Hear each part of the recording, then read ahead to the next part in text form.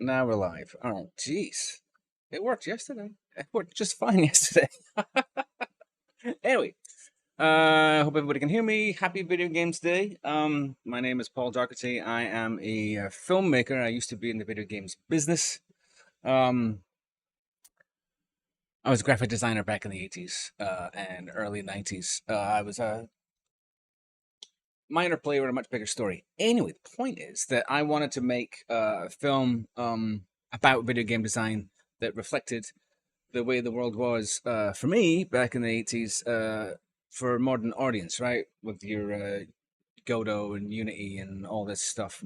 Uh, Technology I could barely understand. Anyway, so long story short, it was suggested to me that I make a film about Jeff Minter. And that was sort of like a no-brainer for me because I'm a fan, um, off and on over the decades. But the more I learned about Jeff's story, the more I realized that he really does make games the way it was done before. It is him and one other guy in a house in Wales, typing away. He works for 12 months and he makes a game, and and then he sells it. And the issue is selling it, right?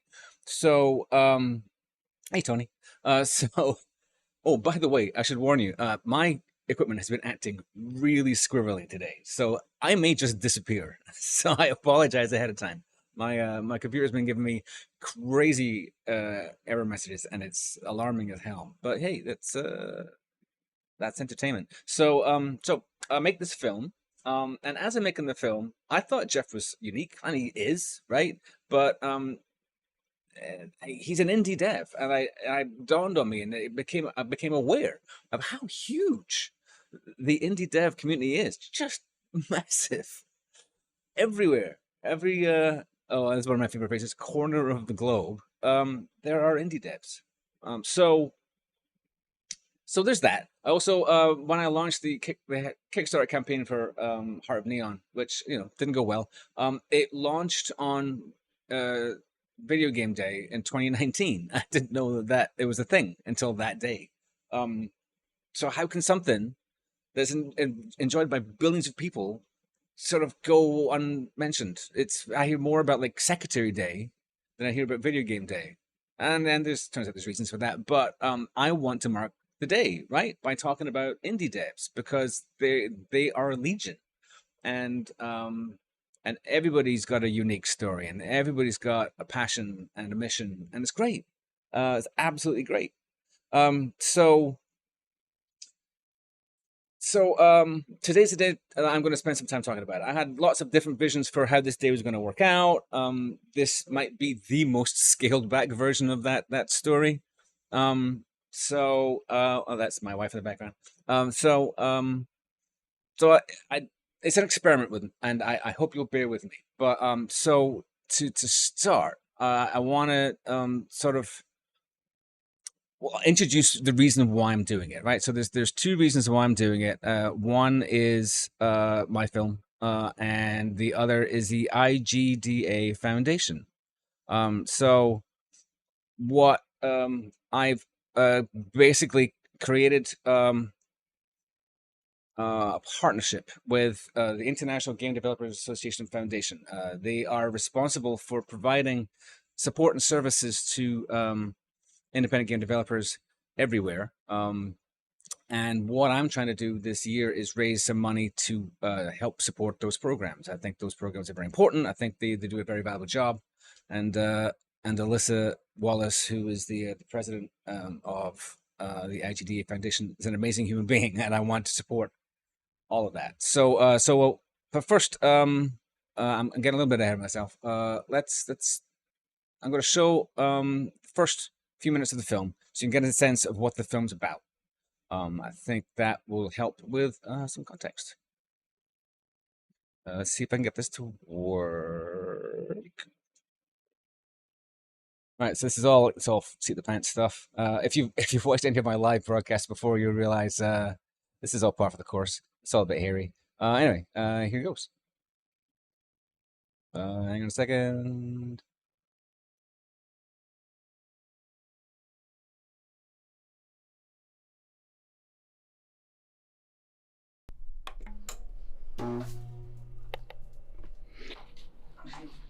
One adjustment to that light.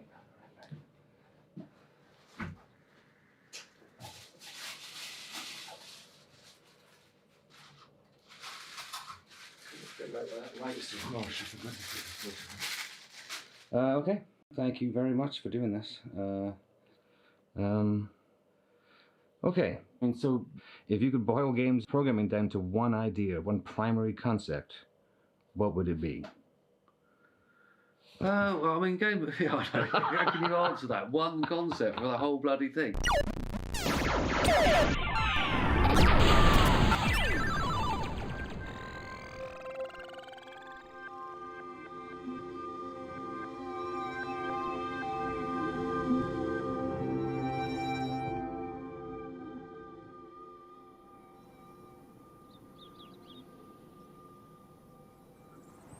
I like living in the countryside. And ended up buying this little house in Wales. It's a beautiful little valley, very isolated place, very beautiful. I wanted to have a bit of space for beasties, really. I like to keep pet sheep. I mean, when you're getting stressed out in front of the machine and you're indoors all day, it's so nice just to be able to like go out and take a stroll in the field. Because you can't really be stressed out around sheep.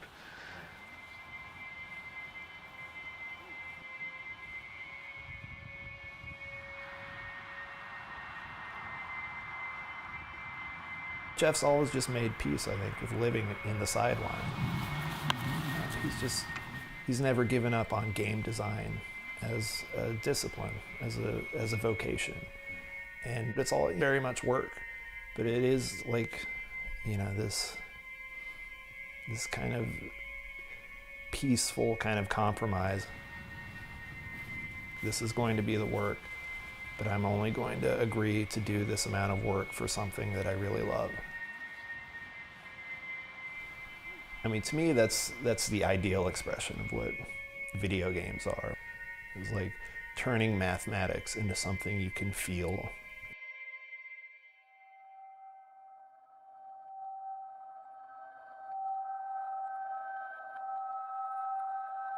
When I was 13 or maybe younger than that, I can remember lying in the dark, listening to music.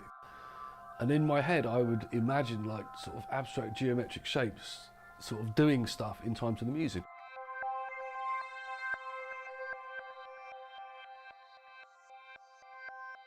I was like 14 years old, sitting there daydreaming in my English class. You know, people daydream about being a rock star and playing the guitar on the stage. I was daydreaming about doing something I didn't quite know what, but with big screens with stuff happening on them and lights going off. It's just there as part of my imagination. It's a kind of voluntary synesthesia, maybe. And I always wanted one day to make a machine that would let me somehow perform these things that I have in my head and put them out on a screen for other people to see. After I'd been doing video games for a while, I just thought, why don't I try making this light instrument? And that became this 4-player interactive light synth. And that could have been the start of something extraordinary. The main problem was that I could never sell it because nobody knows they want it, and they won't know they want it until they've actually tried it. So in the end, the only way I've been able to develop the techniques is by bringing it into video games.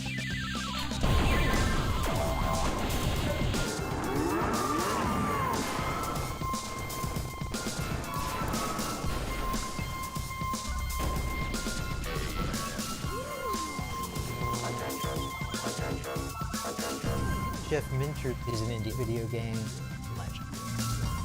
It's not easy to have a lifetime in the world of video games.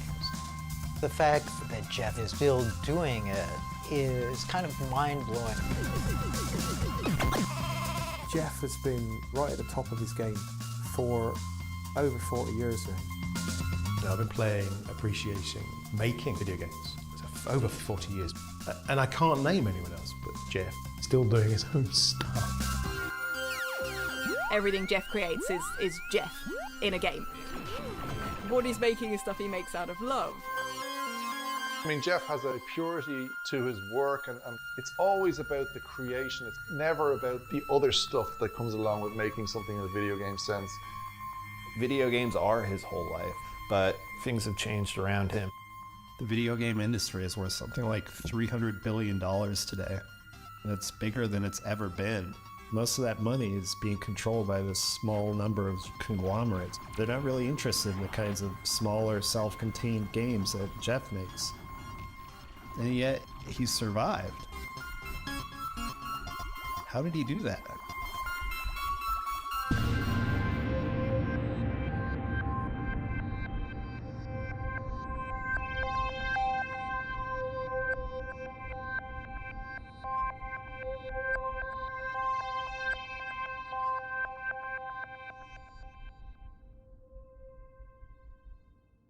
So that's a thing. so that's where it came from, right? So a life in video games, and so Jeff's managed to survive in the video games business for 4 decades. And I found out through the interviews I conducted for today's event that the typical career expectancy, for want of a better phrase, in the indie video game scene is 5 years. It's like, what? So the film sort of goes out of its way to highlight how what the choices Jeff made in his career and how those deviate from like the mainstream and the challenges that indie devs face. So that's the goal, right? So the film's coming out later on this year, and during the campaign to raise awareness of Jeff and his work, the issue comes up, right? What is indie dev? And that's why I want to talk about the community, because it's all encompassing. I mean, Jeff does his thing, but it's not the be all and end all by any stretch of the imagination.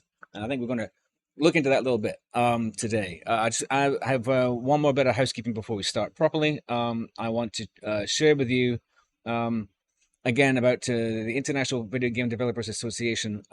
I did another live stream earlier this year to celebrate Jeff's birthday. It was a Lamathon. It was 12 hours. Wow, it was madness. But it was a lot of fun. And that was my first partnership with the IGDA Foundation. And part of that was a live interview with the CEO, Alyssa Wallace. And I had her come on and explain to everyone what the IGDA Foundation does.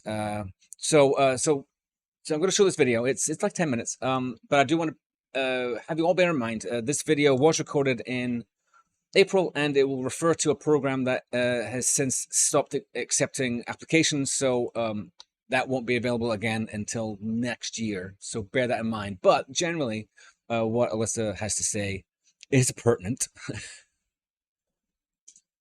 Oopsie, hang on a second. That was, like I said, this is it's live TV, folks. So I'm going to show this, and then we'll get to some good stuff. It's all good, isn't it? It's all good. Where is my VLC full screen? There we go.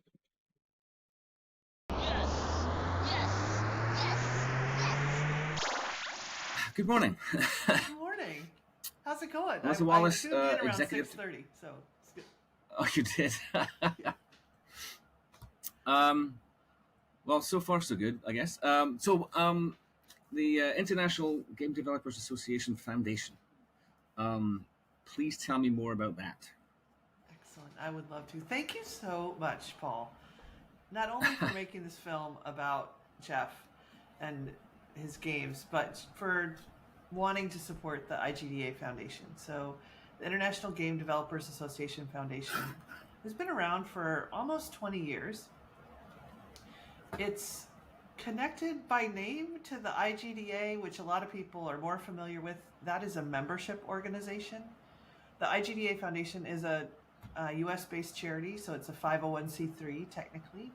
And we were created to support people who don't typically get a chance to succeed in the games industry, which is why you wanted us to be a part of what you're building with this film and its outreach, I think.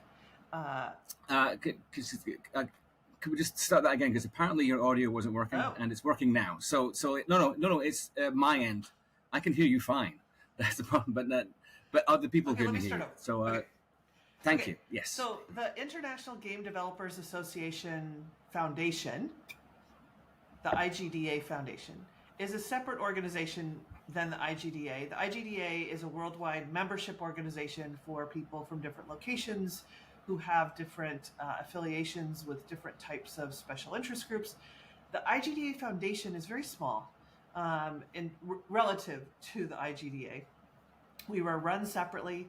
We are a 501c3, which in the US means that we are technically a charity.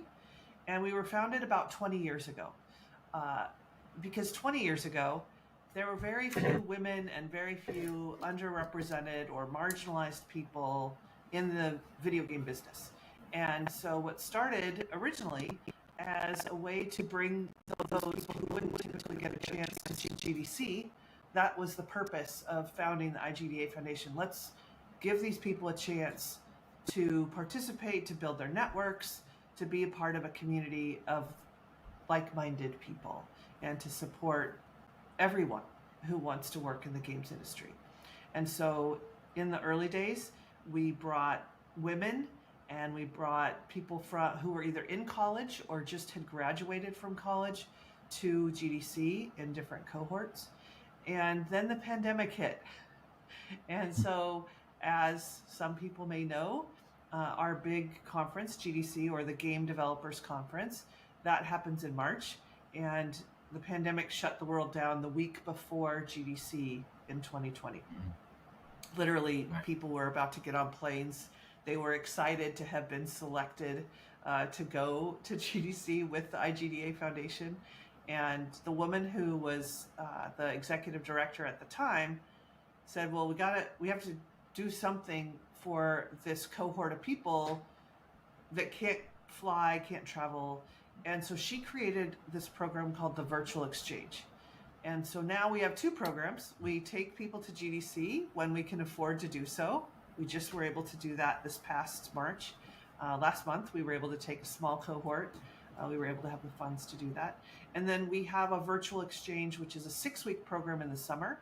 The applications are open right now. I'll put a link in the Kick once we finish, because I don't know how to do both at the same time. Last year, we had over 750 applications, and we selected 68 people because they rose to the top. We don't have a set number of people we accept. We really want people who are going to benefit from the sessions that we have, benefit from the community that we build, from a mentor that we figure out who's the best mentor for them if they want to be an artist or they want to be a writer in games, whatever their interest is, producer, whatever that might be, and we pair them with a mentor. And then people who want to give back, who want to do what you're doing with this event that is surrounding Heart of Neon. People who do these kinds of things and really want to support what the IGDA Foundation is doing for the industry and also in other places in the industry. One of our groups of Next Gen Leaders, we have a cohort called Next Gen Leaders, so those are people who have been in the industry for a little while. They have put together their own mentorship program for game producers, very specifically. So it doesn't compete with us, it's not part of the IGDA Foundation, but they realize that game producers need their own network. And so they've created that. So I love hearing those kinds of things. And hopefully I'm describing what we're about well enough that it gives a sense of what we do. I think so. I mean, it's a global organization. What kind of reach?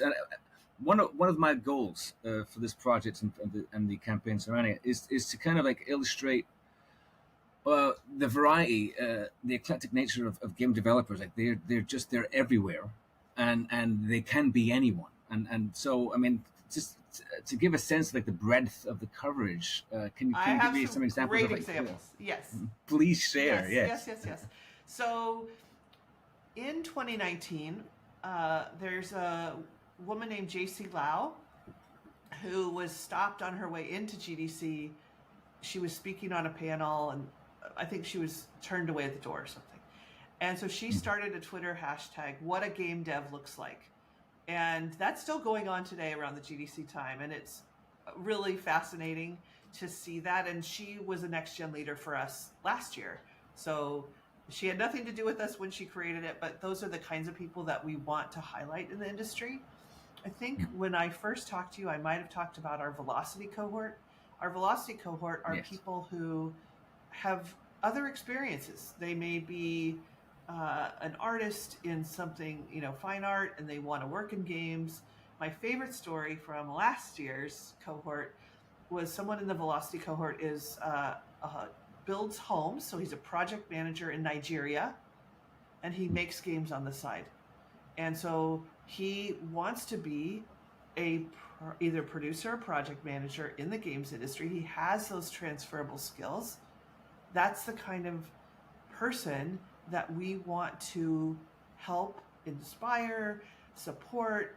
I talk to that person because they're very engaged. They're giving back. They're volunteering their time to help us build our alumni community.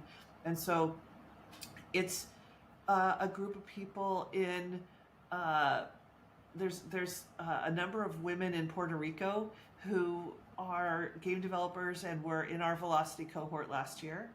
We have students. Last year, one of our students decided that he couldn't afford to pay for a game major at a big university, and he found the classes that he wanted at a community college, and he applied and got accepted into our scholars cohort. So that's international scholars anywhere in the world. We prefer people from outside the United States. Actually, we want more representation outside the United States.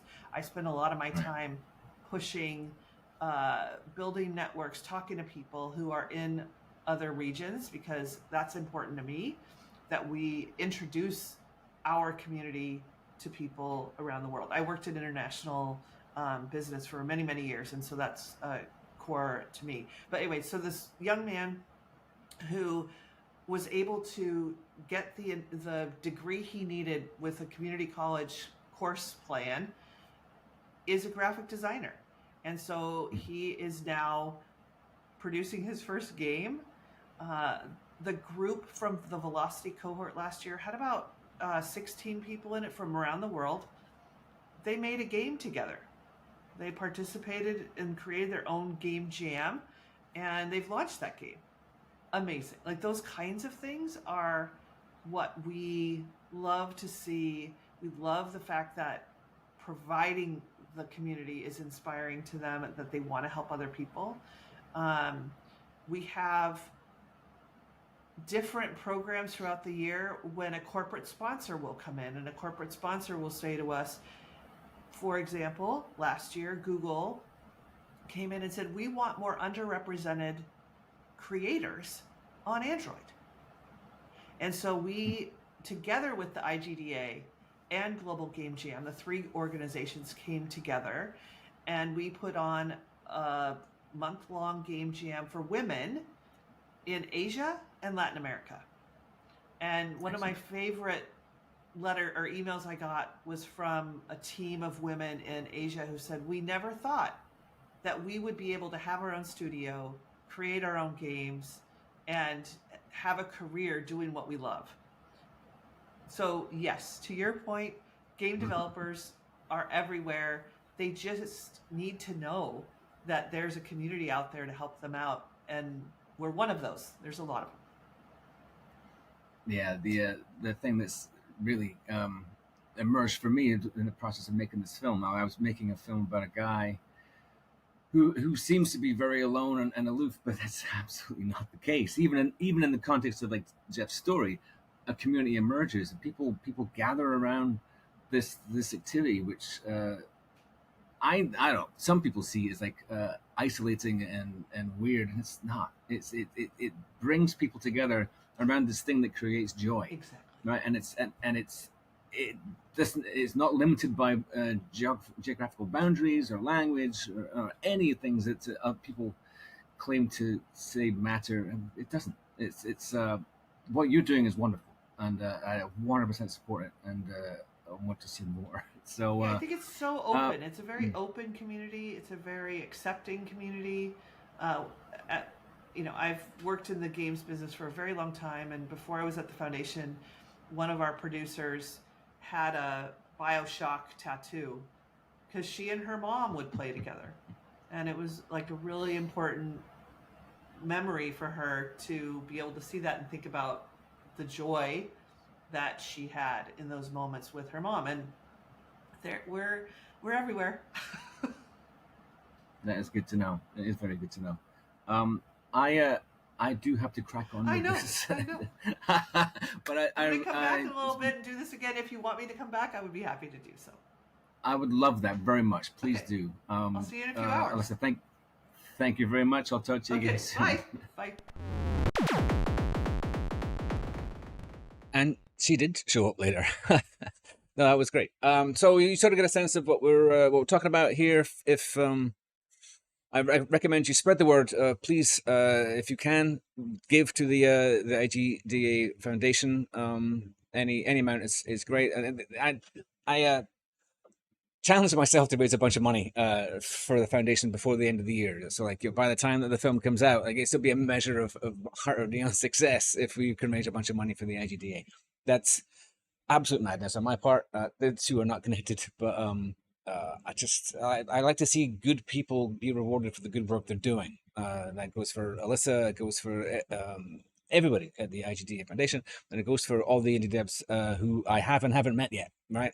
So let's get down to it, right? I interviewed 12 different teams. Some are solo, some are small groups, some are large. And I came into this very naively thinking it would be just a bunch of hobbyists. I mean, I am as guilty of the biases and assumptions that lots of people make about indie devs. And I was delighted to have those assumptions, denied. So I made these short vignettes. And like the vignettes, the featurettes will exist on the Heart of Neon page soon, because I haven't gotten to that yet. But they are premiering here. This is the first time you're seeing them. It's the first time anybody's seeing them. They are in no particular order, except for the first one, who was Jamil Dabir was the first person to volunteer to do these videos. He very kindly just stepped up and said, "Hey, let's talk about indie dev." And so thanks, Jamil. You were my guinea pig, and we tested out the process. And because of you, this is what it is now. So we're gonna watch 3 in a row. They're short, and they exist to give you a sense of who indie devs are. Likely you are already indie dev, and but that's why it's going to be on the Heart of Neon page. I want to share this with the world. I have a relative. They shall go nameless, but a nephew had chosen a major. He's going to become a computer programmer, and this relative was like, "Oh, that's a shame. He could have been an artist." It's like, he is an artist. He's a coder. And this film and this event today are me stating that case, me pitching that as a fact. So let's take a look. Jamil Dabir. I'm an indie developer in Winnipeg, Manitoba. My favorite way to spend a Sunday is with my parents, my brothers, my nieces, nephews. I'll also try and hit the gym, stay healthy. Pretty big on health and fitness, staying in shape and healthy. My day job is quite sedentary. I have an office job, and with indie dev as well, it's a lot of time in front of a computer, so any chance I can get to walk, I'm walking. I buy my groceries from Lucky Supermarket. It's super close by. It's within walking distance. Definitely a good place. This is going to sound weird as a hobby, but professional development and schooling's important for me. Whatever different subjects. I try and take a course or two every year. Super 3D Maze 16! Right now, I'm working on a game called Super 3D Maze 16. I'm trying to bring back the maze type games like Maze Craze and some of the other ones, and also introduce some puzzle elements and just try and take a retro and modern spin on it.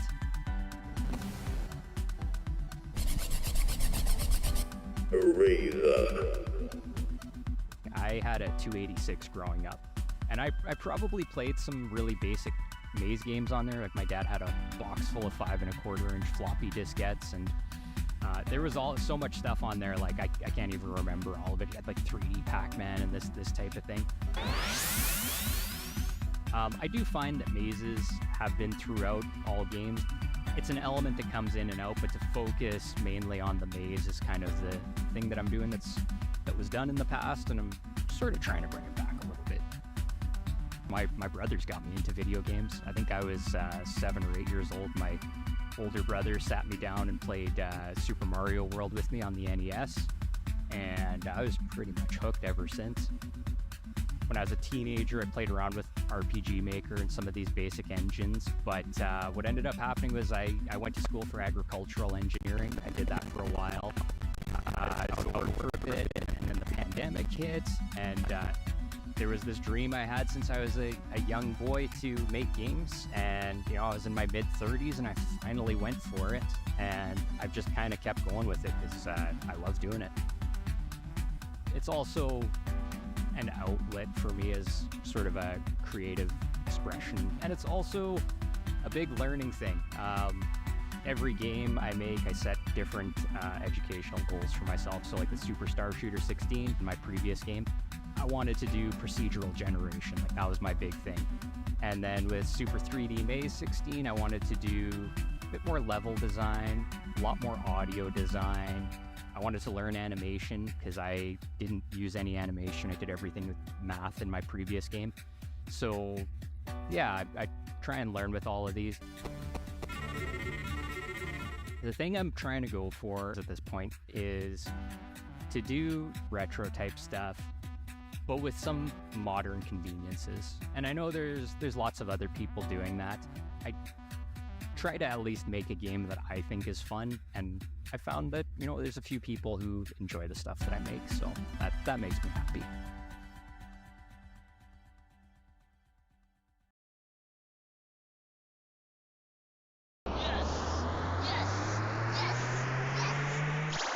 Hi, I'm Farbs. I make indie games. I've been making games for a little over 20 years. So I currently live in Canberra, Australia, but I grew up in a place called Darwin. Darwin's the kind of place where you go to drink beer and get eaten by crocodiles. That said, I went back to Darwin a couple of years ago, and it was sort of amazing how much the place has changed. Not only were there skyscrapers now, the big pub in the middle of town, this big ancient thing that was such an important part of the middle of town, isn't a pub anymore. It's now a tech hub that runs esports events.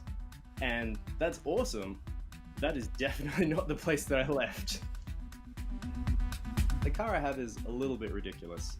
A classic family car from 20 years ago that someone's spray painted gold, stuck a body kit on, and added a small turbo, and then it spent 20 years sitting outside.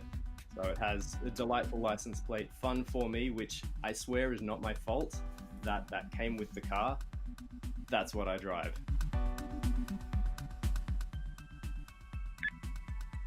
Back around 2009, I made a game called Captain Forever, and that was a Flash game. It ran in browser, and it did pretty well. It's a spaceship game where you build spaceships out of little modules that you snap together as you're playing. So you'll be halfway through flying somewhere, you'll see a piece, you'll chuck it on, it'll change the weight of your ship, and you'll shift off and you'll put it back on the center and get yourself flying nice and straight. But of course, as we all know, the browsers then murdered Flash. This was a game that a lot of kids were playing in computer labs, at school time, things like that. It kind of made me sad that kids weren't able to do that anymore.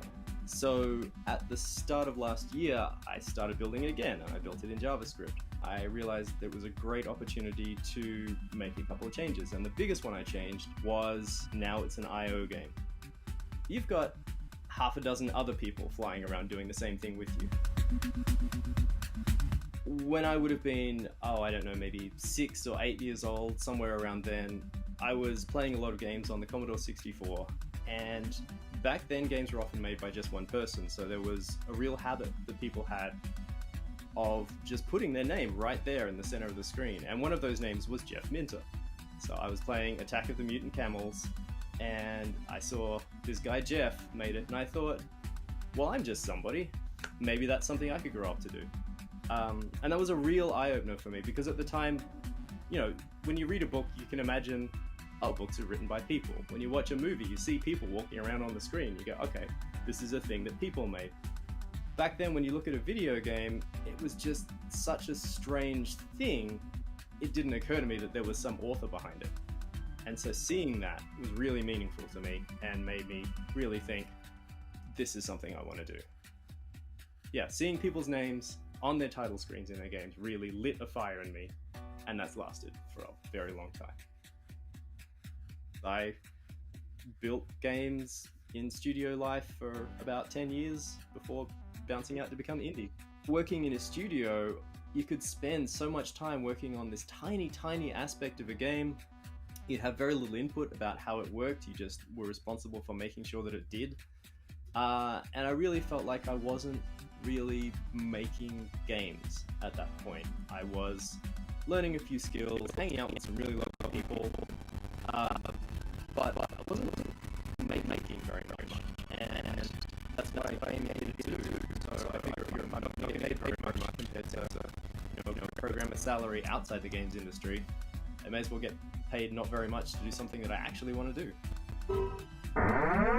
Why I'm still here making games is because there's still a lot of different stuff I want to explore and a lot of different stuff I want to try and make, and I'm not done yet.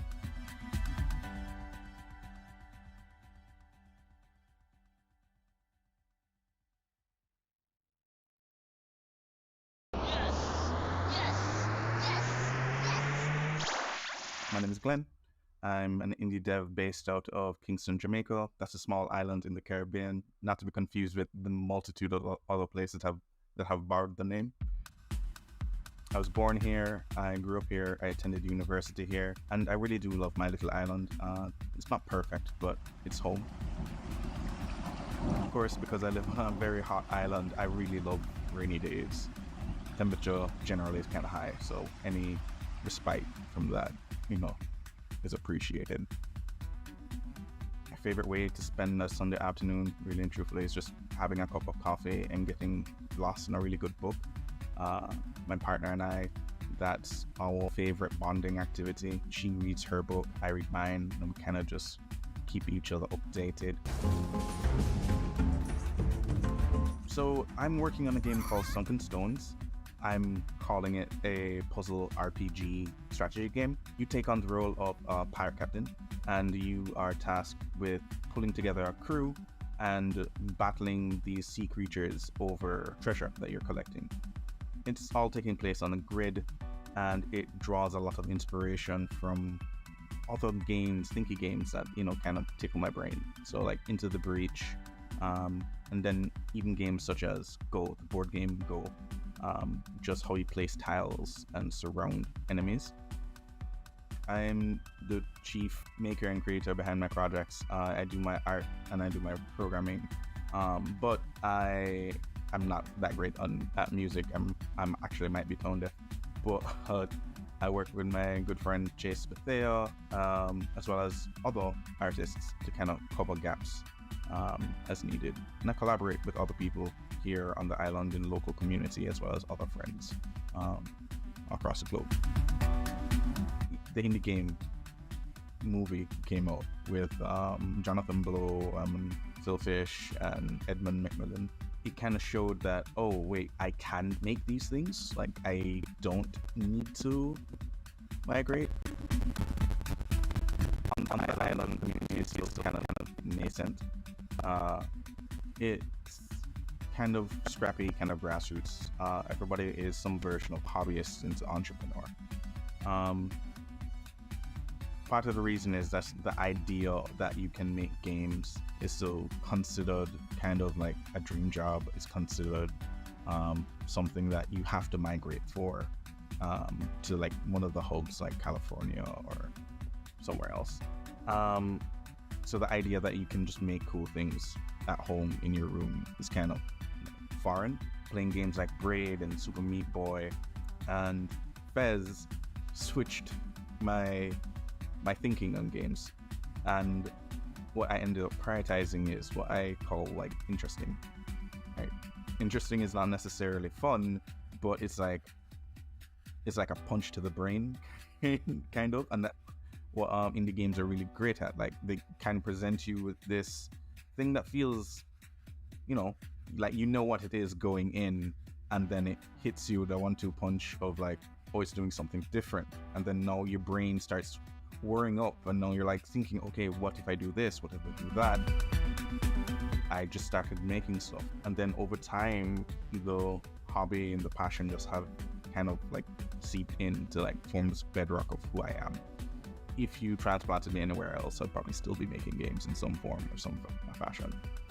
I have a compulsion to do this creative work. I don't foresee a life where this is not a part of it. If you put me in a day job doing something else completely, the monkey in the back of my head is going to come up with ideas, and then I'll have a scratch pad and I'll still do it. I feel that I am more genuinely me when I'm being creative and working on these things. So it's not so much of a journey or something that's going to happen. This is breathing. This is what I need to do. Isn't that great? So that's just 3. Glenn Henry was that last chap. I probably should put names in text on there. But like I said, I've been editing these right up until today. So it was a race to the finish. I think it turned out right. So I want to, before I go any further, massive shout out to Tony Longworth. Music you're hearing in Heart of Neon and in these clips is by Tony. Tony is a fantastic musician in his own right. He provides music to filmmakers and to game developers. It was through Tony that I met Jamil. So thank you, Tony, for everything. You will be able to meet Tony and me and Jeff and Giles at the Zap Live 2024 event in Kenilworth, UK, August 17th. Just thought I'd throw that in there. It's links to it on Facebook, and then they're on the Discord for Heart of Neon. They're everywhere. I might paste a link. Hey, Andy's here. Andy Roberts. Namas. What's up? So that I have so much stuff to cram in. We're gonna run a little long, I think. I have at 1 p.m. All things being equal and technology willing, I will be interviewing EE Zhang. I apologize if I'm pronouncing that wrong. I am so Scottish I can't say the words right. Anyway, she is coordinator at Gumbo Collective NYC. It's an indie dev collective just down the street from me, and I've never met them before. I contacted them through Alyssa. Anyway, so hopefully that interview will happen live. I've got some other stuff coming up from interviews that I conducted. But up next, I'm going to show, I might not show all of it. So the thing about making Heart of Neon is that it's 40 years of a man's life, and I'm trying to tell it in 90 minutes. So much stuff got cut out. It has been my mission to share it any way I can. So what I'm going to share here is the early days of Jeff. So Jeff discovers programming, right? And there's something about the story. This is what I was trying to share, right? And in this film that I was trying to get out into the world. I wanted to share what it was like back then, because like now computers are everywhere, right? I mean, you can program on your phone, probably. So it was very different back in 1980, 79, and Jeff sort of epitomized that. So I'm about to share like 10 minutes of outtakes, like raw footage of Jeff talking about his beginnings. A lot of this, 90% of this is not in the film. And when you see some of this footage, you'll understand why. Not all of it is in focus. I was my own cameraman. This is a solo thing. Anyway, so I'll just put this on. and I might stop it early because we are a little bit late, but we'll see what happens. Hang on a second. That started early, so it's live, folks. Here we go.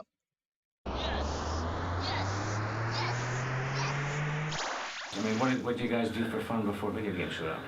Well, I used to hang out with mates. We lived sort of fairly close to quite a large forest. Used to go out and play in the forest and that kind of stuff. And I had fads of various things I was into. I yo-yos when I was in school, and I think the first proper social scene I got into was I was 14 years old and I got a skateboard, and I was a skater for a while. Really enjoyed that. It was great. But everything was. There weren't really any lasting interests that came out of that. I mean, I dabbled in lots of various things, but nothing really sort of caught hold of me the way that programming did. What was the catalyst? Why did you start? I mean, why was that even an idea? Why did I start making games in the first place? It was purely accidental, basically. I was at sixth form college. I was doing maths, physics, and English A-levels. I wasn't even aware of the link between computers and video games, really. Video games were just separate entities that you occasionally saw in arcades. Computers, as far as I was concerned, were things that sent you your tax bill, or your gas bill or whatever. And it's only because I walked into this room one day in college and there was one guy sat down the end with this weird thing which looked like a telly on top of a typewriter keyboard and appeared to be playing some kind of crude game on it, and I was a bit curious, went over and asked him where did that game come from. He said he types it in. That was the moment that completely changed my life, because just this idea that a game could exist by you typing it in to this weird machine was like, what the hell is that? How the hell do you do that? I want to find out more about that.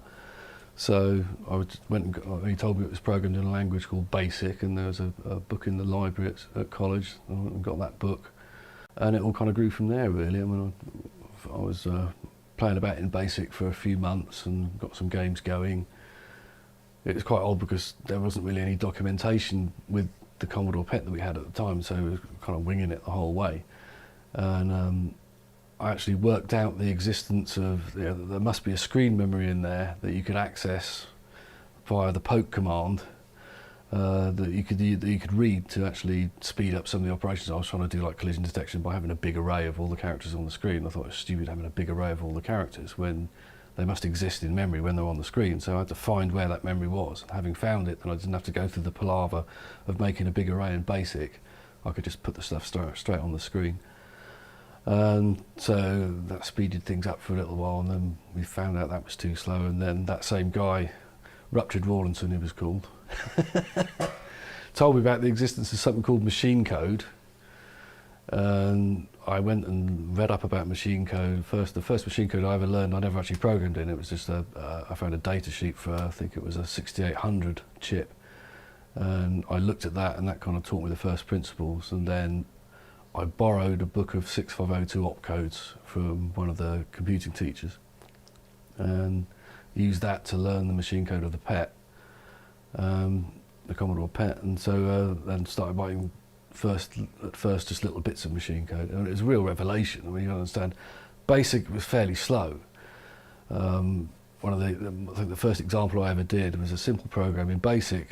I wrote this little program which just poked the first 255 characters onto the screen, and you could see it kind of draw the line of characters like this.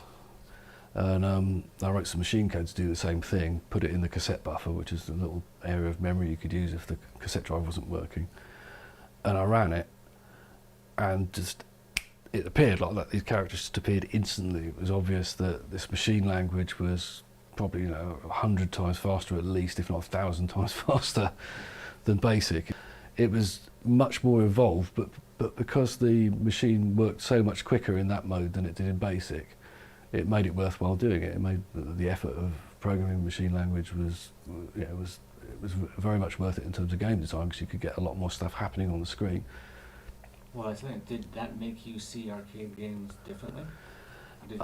Yeah, definitely, because before, whereas you'd see an arcade game and it was just a thing which existed, and you walked up to it and put 10p in, and you learnt the rules and that kind of thing. Once you understood machine language, then you understood how the machine inside the arcade game would be working. So you could see, oh yeah, I can understand something of how this is actually constructed. You could look at an arcade game and think, well, I know pretty much what they're doing there, and I could try and do something similar myself on the Commodore PET or whatever other hardware I happen to get onto. So, sorry, continue. no, so that again, that's another one of those fundamental changes. That these arcade games were no longer just like discrete entities that you didn't know anything about. They were things you could actually understand. That you could actually know what was going on inside. And the same thing actually remains true to this day. I mean, you understand that even now, deep down at some level, that same kind of stuff is going on inside machines today. But you're just much further abstracted from it now because the machines are so much more powerful that you've got lots of stuff between you and the actual machine code. So programmers don't really need to get down that low to that low level anymore. But back then it was essential if you wanted to make games. BASIC was too slow. Until I had that moment of revelation of finding out that you could actually program these things, I mean, they were just things you wouldn't even consider. I could do that for myself one day. Right. And it was just a fundamental change of understanding when you start to understand how these things work. You think, actually, I could do that one day. I just wanted to do it all the time. Once I got into it, I mean, I remember my dad saying it was a complete shock to him because normally I was very reluctant to get up and go to college, but suddenly I was getting up really early and getting into college like an hour and a half early, so I could spend that time in front of the Commodore PET before anybody else got in, and then I was staying in college late afterwards until the cleaners kicked me out, so I'd have a bit more time. Because we only had one machine, and officially you had to book up half-hour slots. You could have 1 half-hour slot a day, and that wasn't really enough time for me to get stuff done, especially if you're working in machine code. So suddenly I was going in every day and spending loads more time actually in college studying, but not studying anything that was on my A-levels. I was studying this stuff because I just wanted to learn it. And I found it absolutely fascinating and tremendous fun in a nerdy kind of way. But even at that stage, I just thought it was a nerdy hobby. Out of the whole sixth form college, there were like 4 of us who would play with this machine. Most people just ignored it. And there was just this little group of nerds who would sit there and we'd entertain each other with little programs we'd make and try and outdo ourselves with various games. And I remember it got to the point I'd make games and the other guys would come around and play. And we got into trouble because we'd play these games and then there were no high school terms back then, so we'd write the high scores on the wall. So the walls got covered in high scores and numbers and we got in trouble. They had to be painted over. So did that all change with Clive Sinclair?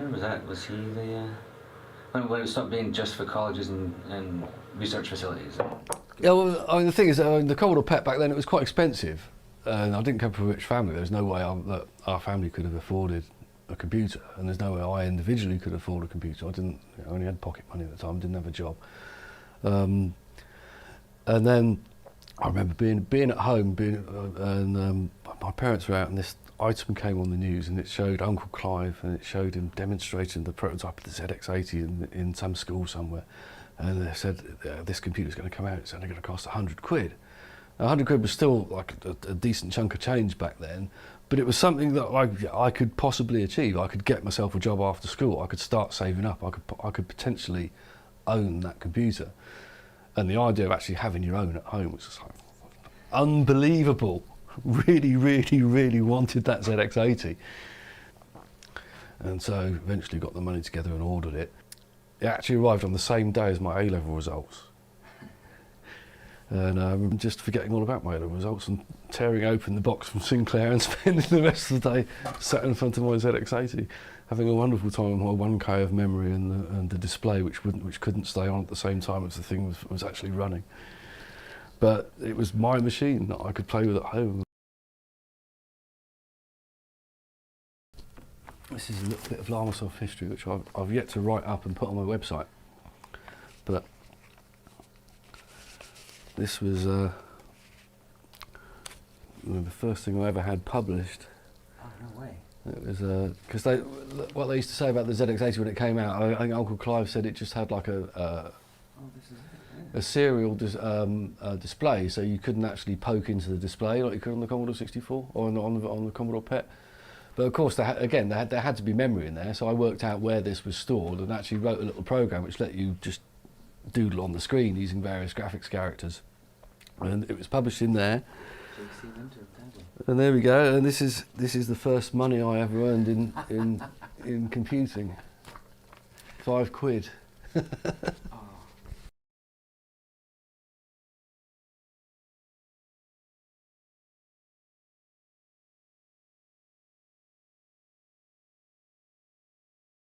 This could be slicker, but yeah, so I'm just going to stop it there. Right now, it is 1 o'clock ish, and I have EE. Do I have that name right? EE, right. EE. I was introduced to EE. Actually, I'm not entirely sure now. I think it was through Alyssa, or no, it was also Alex and Heart Machine. But the thing that we want to talk about today is the Gumbo Collective NYC. So one of the things I am very keen to talk about today, and it will come up through the videos that I've edited and through other interviews, this notion that I came to Heart of Neon, this film about an indie dev.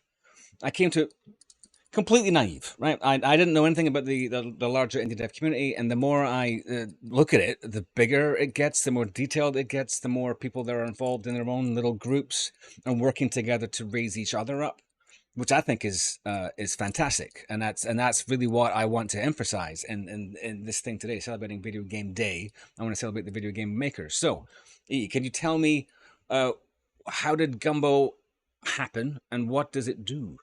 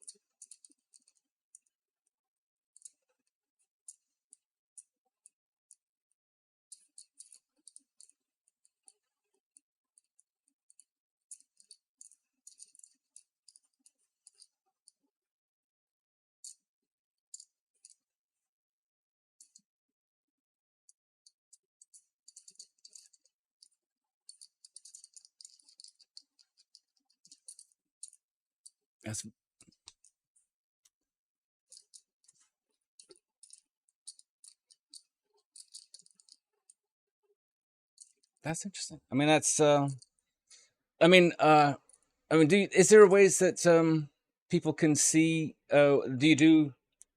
Is there something that people can see the work that's being done by the collective right now? If um,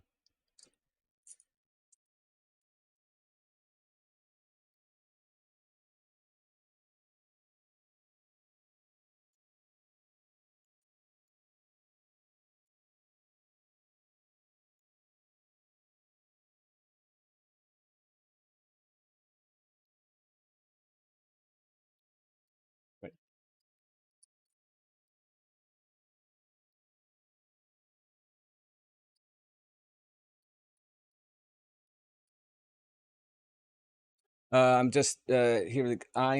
The audience can't hear you on this live track, and that is no, that's not your fault. That is entirely mine. So I can hear you fine. So I'm assuming so. She's only audible to you. Yeah, right. So so just to I'm going to continue what we're doing because this is being recorded. This conversation and this I'll fix it in post. So I apologize. People are going to just be listening to me and nothing. So I apologize for that. It is like I said, the equipment's not behaving right today, and it's something I couldn't troubleshoot at the last minute. So I apologize to everyone.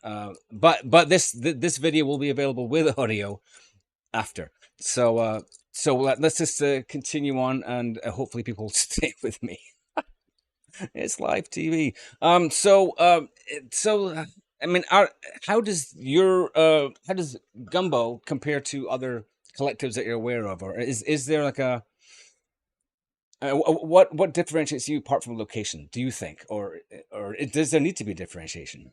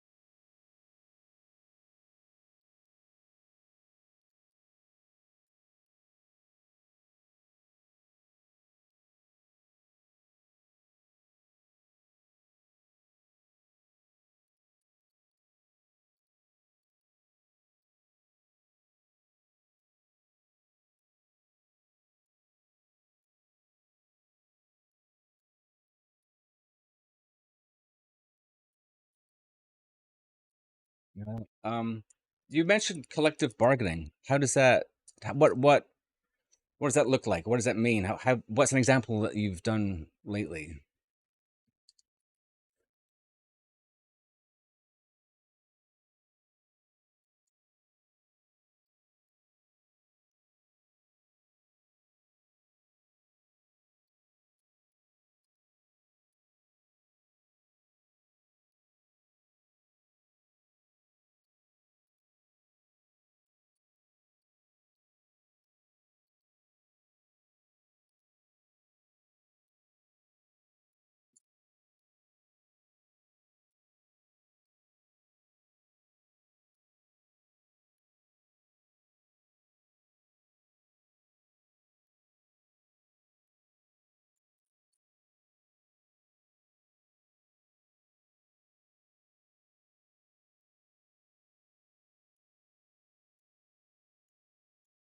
Um, this is excellent.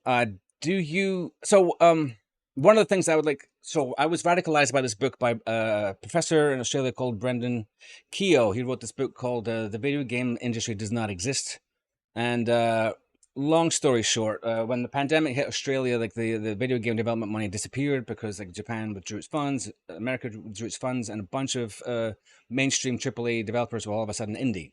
So he went around the country during the pandemic years, interviewed like 2,000 people, and sort of mapped the landscape of what indie dev looks like. And so it's really very thorough social diagram, but he doesn't have any answers as to what would help that situation. What he leans into is localized organization, right? So groups like the Gumbo Collective, but everywhere. Is there any advice that you could give to people who wanted to start their own collective, especially in rural areas? Because it's a bit easier in like New York, but in somewhere rural, what would you say to people like that?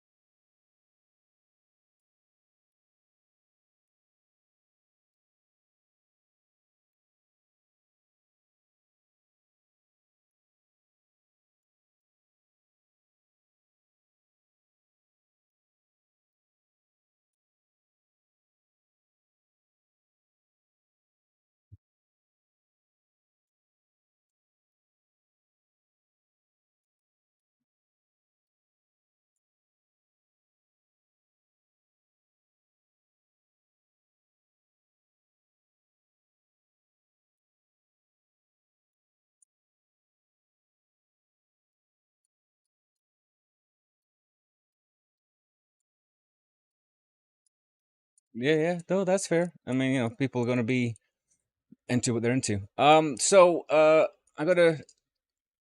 I think I'm gonna have to move on because I do have a schedule. But this has been excellent. Thank you so much for your time. One last question: like, where do you see Gumbo going in the near future? And is there a long-term goal? Is there a point in time where you could just take your flag and say, "Yeah, we're done now"?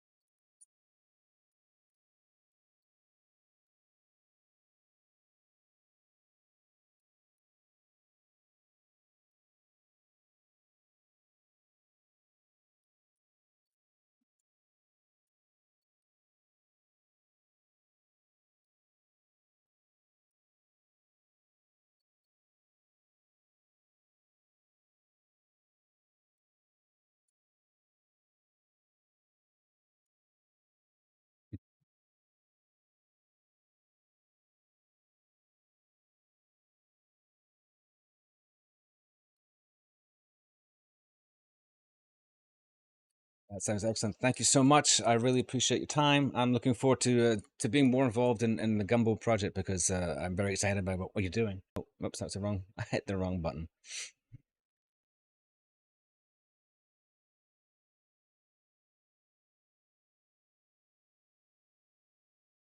Are we back?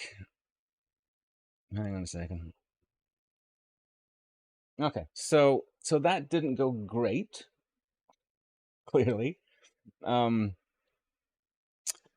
about that. But like I said, it is recorded, and I will be able to share that going forward. Partially uploaded. All right, hang on a second.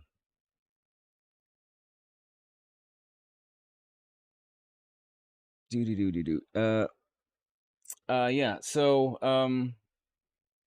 yeah, technical difficulties and all that stuff. So I apologize to everybody who's expecting audio. It's worked before. That Alyssa interview was exactly that. So oh well. Ho hum, you live and learn, right? Moving on. What's next in my schedule? Right. So second quest. So I interviewed a very large team. Well, this was the largest interview that I recorded for this project. I'll let them speak for themselves. Let me just queue up that video and we'll get right to it. So hang on a second. See, this happened last time I did a live stream. Something didn't go quite right, and then it totally threw me. Oh, I closed the playlist window. There we go. Nope, that's the wrong one. All right. Take me a second.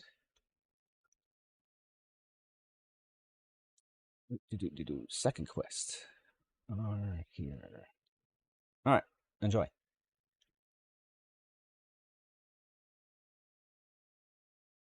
All four of us have been friends for the longest time. I think we're now in like 12, 13-year-old friends now. And I've been also involved with the Indian game developers community, and I found the gaming industry to be a very helpful industry where a lot of people support each other in building stuff, and that's really nice. And I also like to contribute to that in as much way as possible. The realization that it's technology that is sort of, uniting all of us, and how gaming sort of emerged as this big sort of media that, was dominating across anything else when it came to entertainment. Just after pandemic, we were all looking inwards into what next, because you want to do things that are meaningful, that leave an impact. And I think that's where I realized that gaming is going to be the thing for the future generations if I want to do something in the entertainment industry which is going to leave a mark. That's why we are building a studio called Second Quest. As the first game at Second Quest, we are building a sandbox simulation game where we're letting our players design, create, and share their own personal model train sets in a infinite landscape of a game. The idea is that we allow them complete freedom in how they want to shape the world that they are building, and the only constraint that they can ever feel is of their own imagination. So that's what we are trying to build, and we're in very early stages of prototyping right now. The game is coming to life, and the more we're showing it to people, the kind of response that we are getting is insane. So we're very excited about what this is going to turn into, and yeah, like it's still a long journey ahead.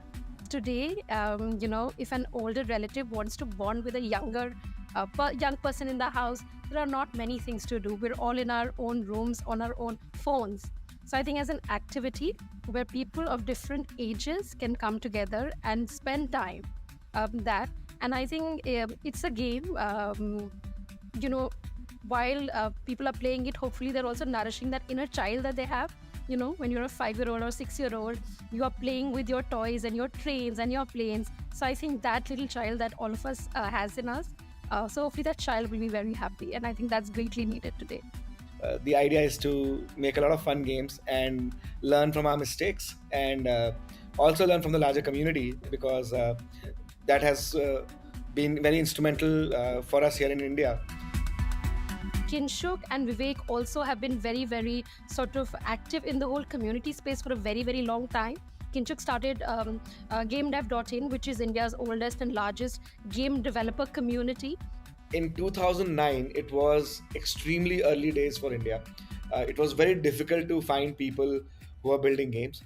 There were a couple of odd companies that were doing this as a business opportunity, but if you're just entering the industry and you want to learn how to make games, there were no avenues. So in 2009, we started a game developer community in India called GameDev.in, and the idea was to bring together like-minded people who want to build games. We felt it was very important for us to create this forum where everybody can aggregate, and that's how the entire journey started. So all of us come from GameDev.in in some shape and form, because we've all had a significant journey in our careers. So to be able to now have the sort of experience, we wanted to do something which can be an example, especially out of India, because we've not seen very big global success stories coming out from India, and it's very important for us to build something which hopefully people can take inspiration from. So what I want is the players, when they're playing our game, and when they are done playing, they don't have a single complaint from the game, and they just feel satisfied. So they can have that memory of, okay, so what is your favorite game? So they can say, yeah, Model Train by Second Quest. That's what I want to build.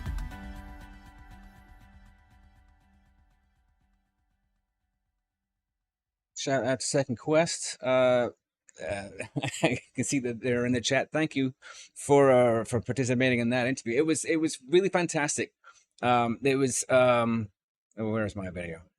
Talking to Second Quest was I was speaking to very, very experienced people who had a very, very clear vision, and that's exciting as heck, right? It is the entire spectrum, right? I spoke to the first interview I did with Jamil, who took up the indie dev mission during lockdown, and then there's Second Quest, who've been nurturing the indie dev community in India for years, right? And it's this is what I mean, to a degree, this is what I want the We Are Indie Dev mission to be about, right? It's getting people together, showing people that there is a community out there of people who are all on the same mission, and the mission is to make amazing stuff for people to enjoy. Some people want to do it as a foundational business. Some people want to do it as an artistic expression. Some people want to do it just because they like doing it, right? That's I mean, Jamil and Farbs, I mean,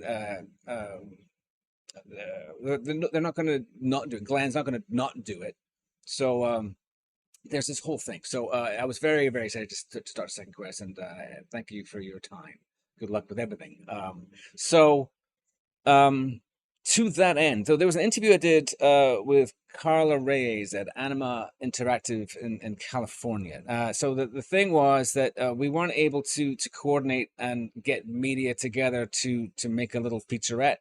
And that's doesn't always work out. But the interview I had with Carla was really interesting because the issue of community came up in her, you know, indie dev origin story, as it were. So so I wanted to share a little bit of that, just to get it, to give you a sense of the kind of stories that I find, the kind of stories that I want to share today, right? So let me just cue this up.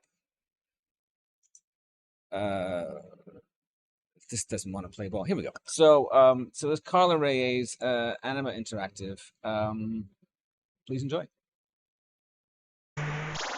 What brought you to gaming? I mean, I generally talk about what people are working on first, but you have a sort of a slightly different thing, and that's what I've discovered actually doing these interviews. I was naively thinking, oh, I'll be talking to all these like solo guys, gals, however they identify, doing these small projects and like having like this sort of naive enthusiasm. Who I've spoken to though are really knowledgeable, and I mean degrees of professional, but some people are like really trying to focus on making this a business, and some people are just hobbyists. I mean, I've really encountered in the last 2 weeks a very broad spectrum. I can imagine. So where in the spectrum do you see yourself? Yeah. Well, I guess I started in AAA. I know that to kind of learn more about the industry, but also I joke that this, by the way, I don't know if this is going to get in there, but I'm just kind of giving you the context. Sure, yeah. I joke that because I didn't start my career in video games, but I had to pay off student loans, so I joked that I was selling my soul. You know, I'm the child of immigrants, and I always wanted to be in the creative space, but the path to get there was a little convoluted. But I'm deeply passionate about video games as like a very multidisciplinary art form, and the one that I believe to be the most immersive art form, and part of what I'm trying to build, you mentioned the social impact piece, is that I really believe that video games are a vehicle that can truly shift hearts and minds and foster empathy about specific topics. And that's kind of one aspect of things that I really want to explore through video game development. You were asking about how I got into it, I guess. So well, I mean, there's a couple of questions that I ask everybody, and one of them is like, how did you get into gaming? What was your introduction? Some people like I had siblings that were into it, but what was your? Oh yeah, I guess my first console was the N64, and I had an older brother, and we used to play together. We went through all the first like PlayStation consoles. I played a lot of racing games, so a lot of Need for Speed, Gran Turismo, a lot of GTA as well back in the day. But I used to love just like cruising around in the cars and listening to the GTA radio, as opposed to just like doing some of the more combat related stuff. But yeah, I think that was, when I was really young. And then as I became older, I became really interested in more like JRPG, open world RPG experiences. Zelda was very influential for me. I wear a Triforce necklace. So that's very, yes. And yeah, I think I got so hooked by how vast and nuanced video games are, and how differently they made me feel as opposed to like any other form of entertainment, just because of the agency that you have as a player, and the fact that you are contributing to the experience as a player. So it's this conversation between developer and player, which I really appreciate. That's excellent. So the transition from like player to developer, what was that moment? What was it? There's a point, right, where you go, oh, I could do this. And what was that? I got really excited by learning how to code, I guess like starting when I was in high school, and then I started developing my own little like web games. I started doing kind of programming on web, and then after university, I started teaching myself Unity and got more serious into trying to make my own little like 2D games, as I think a lot of people start that way, making like 2D platformers. And then I found a local community of game developers in London, where I was living at the time, and got to know a little bit more about the scene there.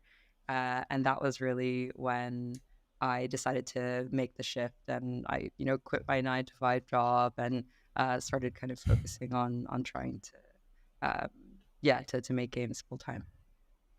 That's I mean, I'm an old man, and it's interesting that there was definitely a shift. Like when I was coming up, you had to find your own way into learning coding. You had to get a book. I mean, Basic was generally included in most of like the home computers that were available to me. So that was interesting. But now it's taught in schools that it is a language like Spanish, and it's one, I think that's amazing. It just seems like the world really shifted since then. So the fact that you were already in coding, you're already immersed, and it was this community that led you to it. One of the things that I'm talking about, I'm constantly I'm trying to change the conversation about gaming. One, as a community I'm not in, is a challenge, right? And what I've learned, or what I'm trying to do with this video game day thing, is to open up the question about community. I mean, many people that I've spoke to are already in groups. Some people are solo, and the question I'm asking is like, what can we do, we being indie devs, do to raise each other up? I mean, what was it about this community that you found in London that was appealing, and is it replicable, do you think? Yeah, I've been talking about this a lot with other indie devs, especially solo devs, because I think that's so important for people who are working in isolation and need support. And I feel very grateful because I've lived in major cities where there are meetups for indie game developers and they can support each other. So one community in Los Angeles is called Glitch City, and they run several events. They run play testing, so you can bring your own game as a dev and have everybody go check it out, or even just like having board game nights or other types of events for community building. I think online communities are really important too, though, if you don't have access to one of these local communities. So during the pandemic, I think that's where everybody gravitated toward. And I certainly built up a lot of friendships and relationships online on Discord. And now I have a lot of friends that I've been meeting up with IRL that I only knew through Discord. But they were really supportive throughout my experience. The kind of solo deving, if I ever needed help with anything, people are really friendly, and I think there's a lot of solidarity in it, right? Like we're not alone, and I think that's been really special. And the games industry is actually very small in ways, and the indie game dev community, I think, is can be quite small in ways too, which is nice. It feels like a family. Right. I mean, I was in preparing for this sort of impact campaign in my ignorance. I was trying to find like where do indie devs hang out? What organization speaks them? Really is what I meant to say. And like the IGDA sort of does, but really they're on Discord and they're on Reddit, and they just hang out in their thousands. Yes, I mean huge communities. And they're but the point is like there's no hierarchy. It's just everybody throws in. Exactly. I really like that. Yeah, it's so refreshing, and it's not exclusive. And I think having those spaces is so necessary because there's a lot of gatekeeping in a lot of more traditional parts of the industry or other industries or society in general. And I think that's something that's really lovely about the indie game dev community. It is so diverse, right? And it's sad because I think the broader games industry sometimes gets this bad reputation of being homogenous, right? Or there's a lot of toxicity associated with it. But the indie scene is so lovely and so open-minded, open-hearted, and that's one of the reasons why I've stayed and I want to continue to grow within this space. Isn't that lovely? So that was Colin Reyes.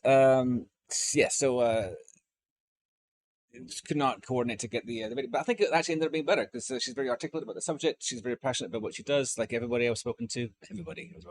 So just to reiterate, yes, I very much apologize for the technical issue with the EE interview. I have the media.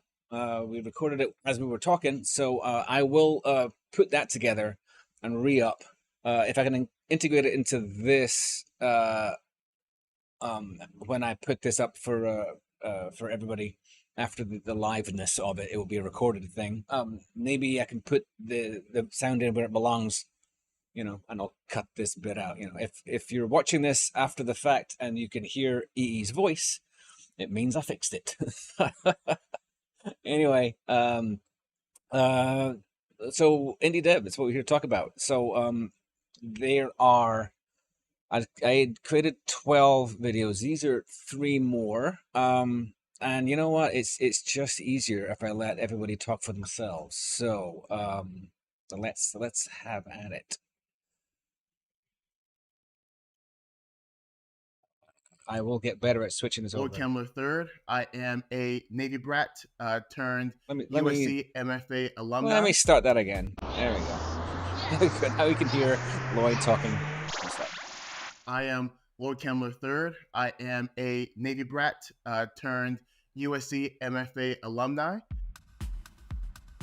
I'm currently in Los Angeles, but I was born in Chicago. And because my mother was in the Navy, we moved to San Diego for about 4 years, and Italy for 2 years, and then Japan for about another 2 years. And we moved to Minnesota when I was in 5th grade. So Minnesota has been my family's home for the past 10, 15 years, but LA has been my home for the past 3.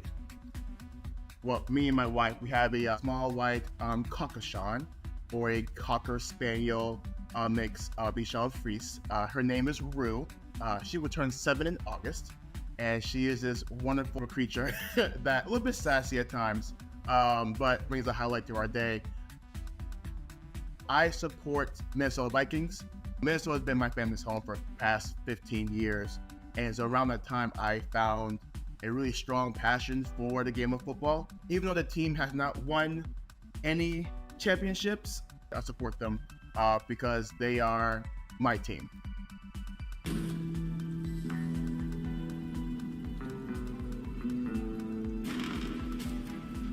I want her back. Lake Minnewaska is a first-person adventure game where players have to fish to continue the story. So part of my inspiration is a book called Old Man to Sea, but the art style and the way we use the environment to tell the story is very heavily inspired by Firewatch. Firewatch is similar to like Minnewaska in a way where it's a man alone in his thoughts in nature.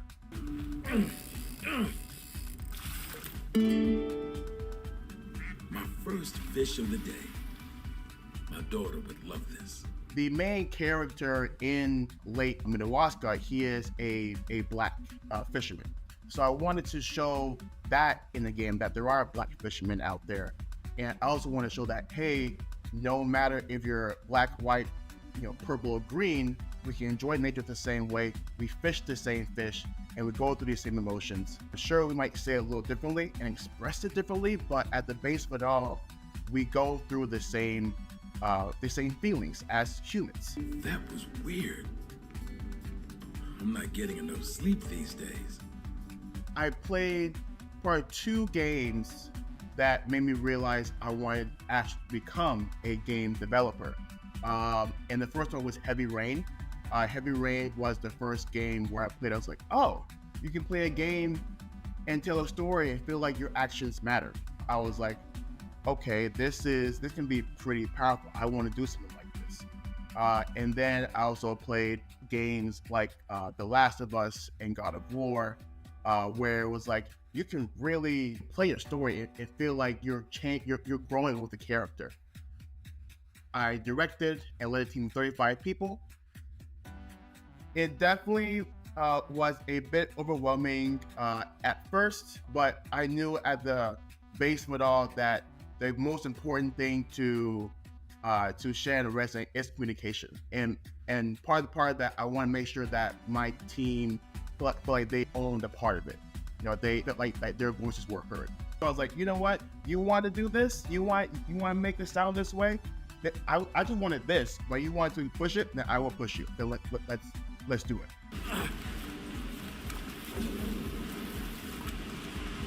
Yeah, definitely be able to figure out where your weaknesses lie and and know that for sure and be open to learning has definitely sort of helped me, and it can help other future devs as well.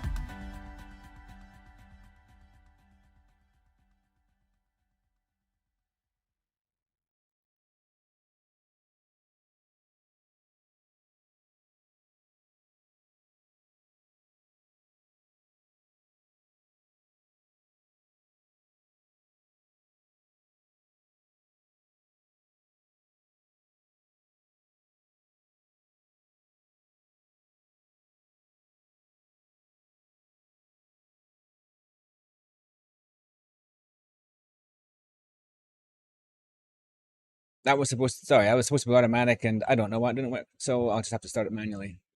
Here we go. Hi, I'm Josh Flaherty. I go by Cthulhu, from Minneapolis, Minnesota, born in Manchester. And the team I support would have to be Manchester United, even when they're not doing well. I have 4 cats, Goose, Artorias, Lucatiel, and Priscilla, because I'm a giant dork. 3 of them are named after Dark Souls bosses. I make a dish called ladna. It's a noodle dish with like kind of gravy. It's really good. I cook a lot. I tend to actually cook a lot of Asian food, but I grew up in an area that had like a lot of Indian and Asian influences, so I think that helped a little bit. And I still play Paul Norman's Forbidden Forest on the C64. I love retro games. I love a lot of old stories. I mean, my favorite game to this day is still a game from 1994. I'm working on a game called The Crack Planet Total Carnage. Hey boys, I got a whole 9 inches for you. It's kind of a weird mix of a buddy cop movie from the 80s and slapped together with Farscape, for lack of a better word. So aliens and humans dealing with stuff that they're not used to dealing with, learning about each other as individuals, and, you know, just surviving mostly. If Bevan was a gun, he'd be this. Well, I work primarily with 2 people, Dan, who's over in Poland, and Jen, who's in New Jersey right now. We don't want to be AAA ever, but we don't want to be just full indie. We want to be somewhere in the middle. We want to make unique experiences that might not be graphically the highest of fidelity. We're like retro stylized people, but we want to concentrate on gameplay and story first, 2 things that a lot of have been lacking in a lot of places. Back in the 1980s, they used to get these magazines, I forgot what they were called, but they had like snippets of code and BASIC in them. And I started typing them in, and one of them that stuck out to me was bloody Lawnmower Simulator. I don't know if you remember that one from back in the Commodore 64, but it had the code, and I sat there and I typed it up, and I went and executed it, and I'm like, I could do this. Because, you know, you're a little kid and you're doing this, and you see what you just did. It's a huge thing, so it started getting me involved in game design, but it was Zombies Ate My Neighbors that actually got me super into designing stuff like making maps and coming up with concepts. So earliest game dev, one of the reasons I still play all these retro games is all that stuff was due when I was a kid is what inspired me now. Forbidden Forest, Caverns of Kafka, Aztec Challenge on the Commodore, the Splatterhouse games. I got into Blood really, really heavy in the late 90s, and that's one of my game's biggest inspirations. Yeah, it's basically a love letter to everything I grew up with. Pixel graphics, retro shooters, bizarre mechanics, because we're trying to work on some interesting movement stuff that doesn't get done nowadays. I'm kind of putting Julie and through Julie the player a little bit through the emotional grinder, because she starts out with all this false bravado, but as the game goes on she realizes how much more serious it is, so she starts to take it a lot more seriously and starts to act a little differently, and hopefully the player starts to pick up on that too. I want them to feel something aside from, you know, the typical old school boomer shooter of I shot everything, it's dead, I should feel good about myself.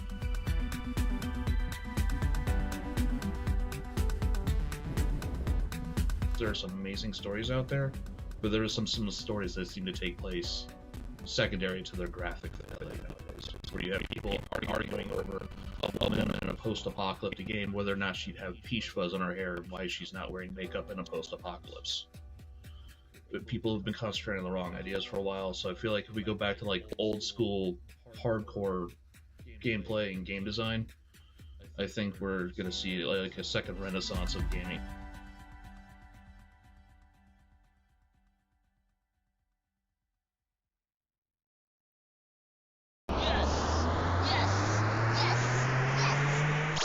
My name is Aaron Chijioke, and I'm a game developer. My name is Tobe Matiziogu. By day, I'm creative director of Comic Republic, which is one of the largest comic book companies in Africa right now. And then by night, me and CJ are usually working on Juju games.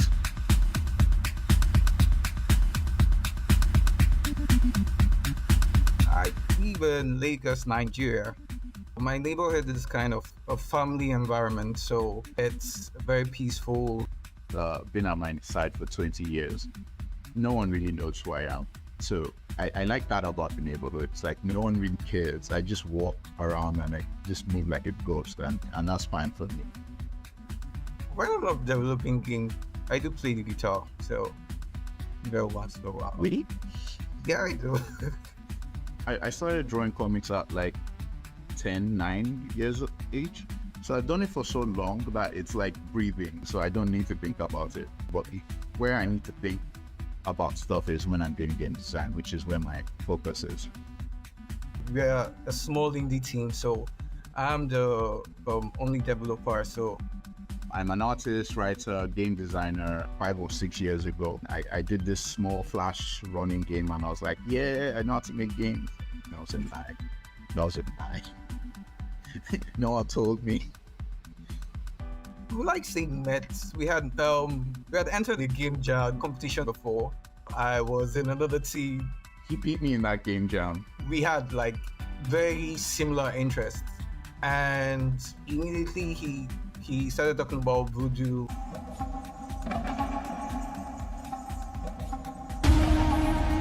Voodoo is a space opera western with a twist. It's an African setting, which is like something that doesn't really, like, you've never really seen something like that before. You know, I'm blending in a lot of African mythology and culture into there. The idea of voodoo initially started as a comic book.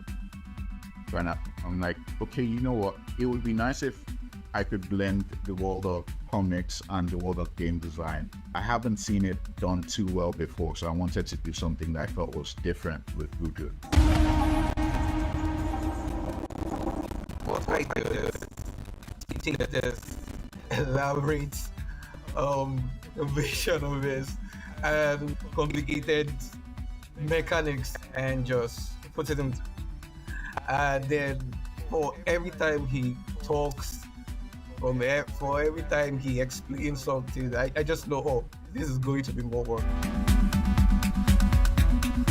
I like to create expansive universes that the characters have complex narratives. They're not just going to be shooting and fighting bad guys, but I want to create a story that would make me feel like how I felt when I was playing God of War, Ragnarok or Valhalla, or Red Dead Redemption. I want to create those moments in story and in games.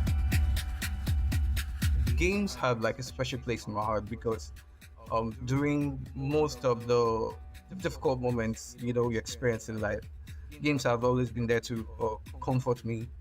And one of such specific moments was, I think after I lost my mom, and I had to I started playing Age of Empire 2, Age of Kings, and it distracted me. It distracted me from all the pain and everything. And as I grew up, I realized that's the kind of feeling now I would want someone to have. I think where I really started pushing into Juju games was post a year after my pops passed away. And he always kept asking me about the game, right? I was like, when am I going to finish the game? When am I going to finish the game? And he had this book that he was writing. So it was like, I'll write that book for you. You do the game. What doing checkups and stuff like that. And he never got to finish the book. And that just like hit something in my head. Like, I want to do this, even if it's like the last thing that I get to turn on, but I want to do that and I want to finish it.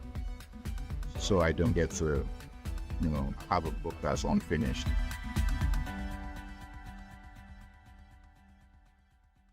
I like that one. I mean, I like them all, but that was a good one. So you're starting to get a sense of like what I've been discovering, right? I mean, it's people everywhere. And these guys in Lagos, or Lagos, sorry, Nigeria.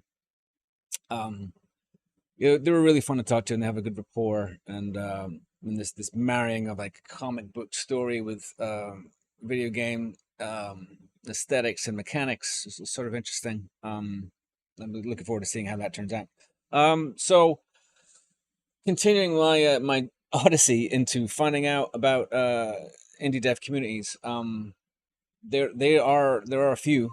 So I spoke to Malath Abbas, who is in Dundee. Gary Penn connected me with him. I'll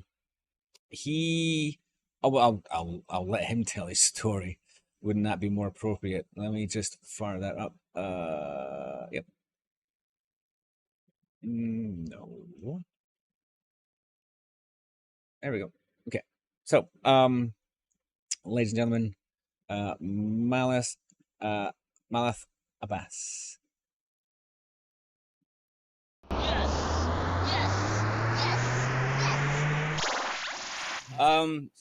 Mal, thank you very much for just giving me your time. I know that you are very busy. So this video is about the Video Game Day celebration of the indie dev community. That's what I want to talk about today. Through making Heart of Neon, I've come to appreciate that the indie dev community is, one, massive, and two, largely invisible. Partly because of the numbers, but people are going to make games because that is how they express themselves. It's what they want to do. It's where the passion lies. And what I want to talk to you today about is how can indie devs help themselves by helping others. I understand that you are instrumental in creating an indie dev collective. Can you talk to me about that, please? Yeah, of course. I mean, I think you say instrumental, but I think I'm one small piece, and there's lots of small pieces in that as the power of collective thinking and collective enterprise. But yeah, I've been making games for over a decade now in Scotland, and I started in the more traditional space of being an employee of various startups or small companies.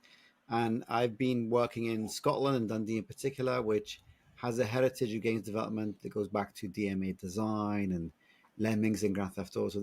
So there's a great bedrock here of games development, which means there's lots of jobs and opportunity, which is wonderful. But in the decade that I've worked in making games in Scotland, I've come to appreciate that if you want to be a bit more creative, take creative risk in particular, be experimental, have a go at doing things in new ways, you need different business models essentially, because most startups are they're seeking investment, so taking risk is quite challenging. And I found that working in a collective means you can take small calculated risks and actually be quite sustainable. So about 2015 now, so nearly 10 years ago, I formed, I was a co-founder of a collective that is now known as Biome Collective. And we chose that name because of the connotations of having an ecosystem that we wanted to kind of build around ourselves. And there was just a few of us. There was two of us to start off with who wanted to just try things differently. We didn't have a name. There was no official name. We didn't have a company structure at the time. And we for the first 12 months, we continued that way, but we attracted 3 additional members of the collective. And so we got some grant funding, which meant that we had to incorporate as a business structure, which means we had to pick a name. So we went with the name Biome Collective. Before we get too far, I mean, can you just maybe talk about what did it look like, or what were you actually doing? There's 2 of you, and then like 3 more, and like what's an average week or month for that collective? What happens? Yeah, of course. So I think at the early days, it was lots of questioning and wondering what to do. But I think because both myself and my fellow co-founder Tom, because we come from the games industry, so we already had various contacts and work projects going on. So we carried on doing small scale work. But actually what was interesting is that we were starting to draw the attention of people outside games who wanted to work with games developers. probably people from the art world, from the design world, and most people in games, they're in the silo. There's such a strong silo mentality, which is needed because you're working with technology. It's a lot of hard work, and so you have very little time to look outside what's happening around you. Whereas we purposefully wanted to operate in a way that was more open to a diverse range of people.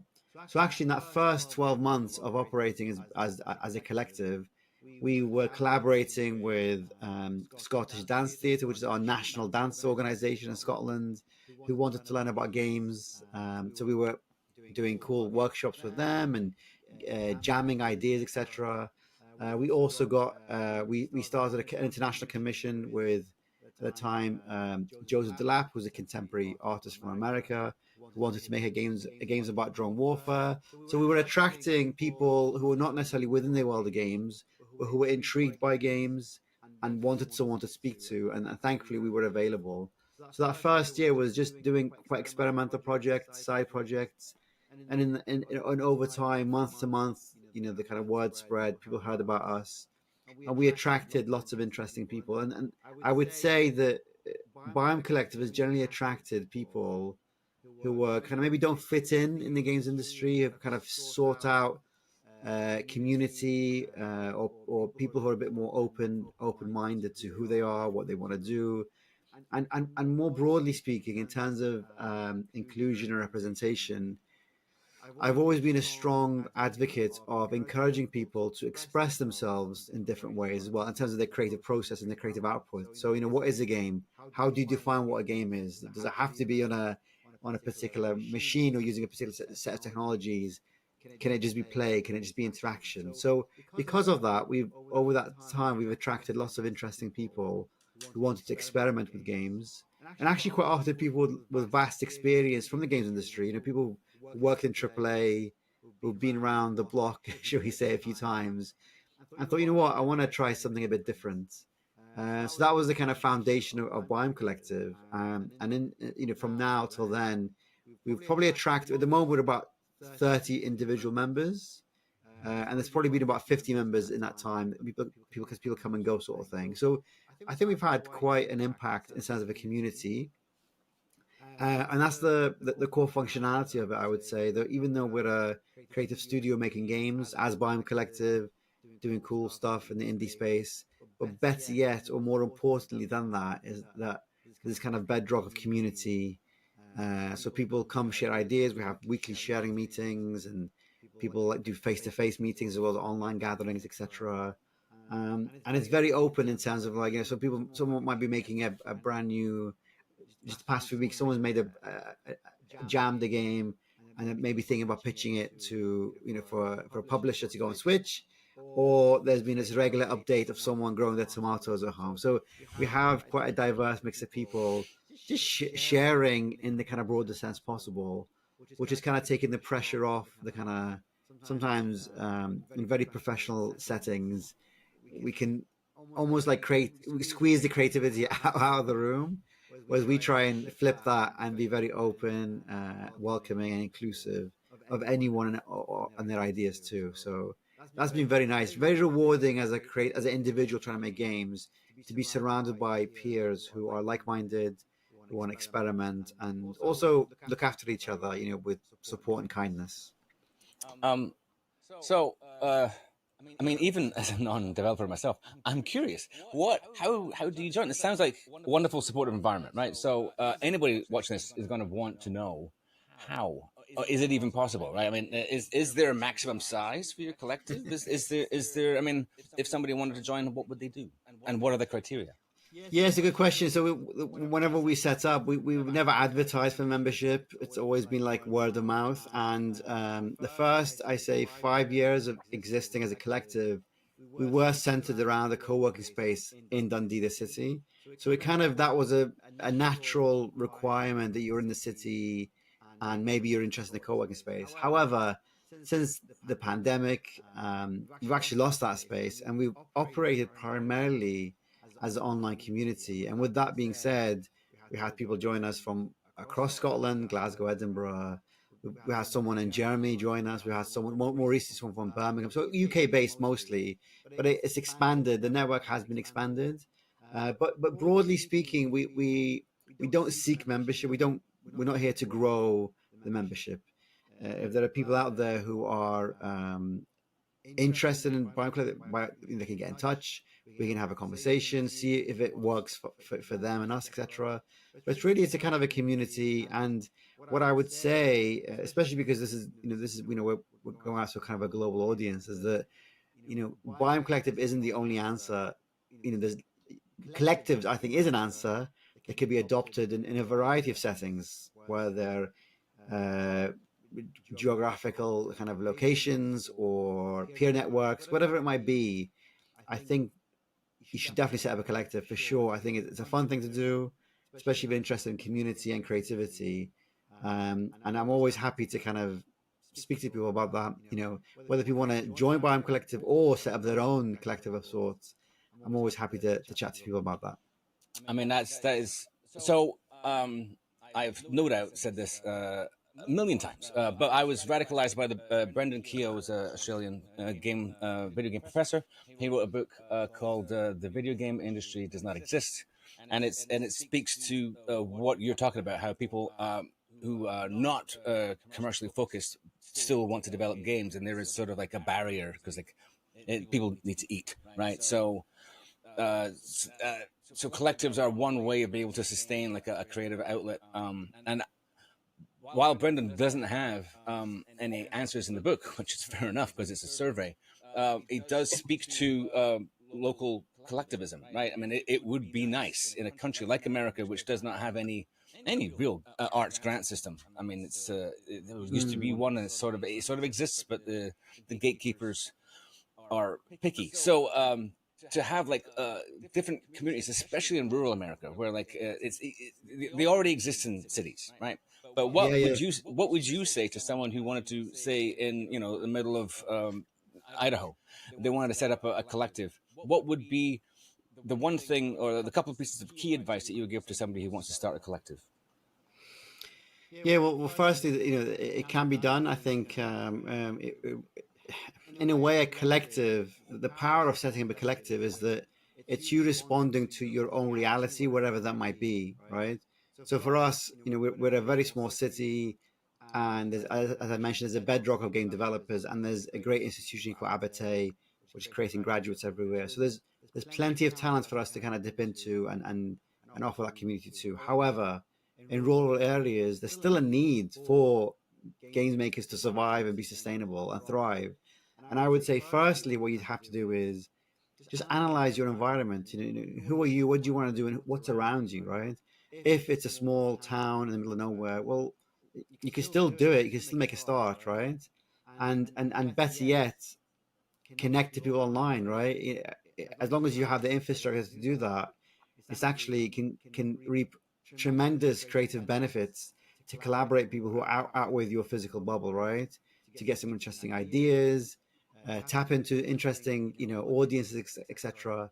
But more than anything, I would say there is just something about meeting people who share your passion and sharing your art, your work, right?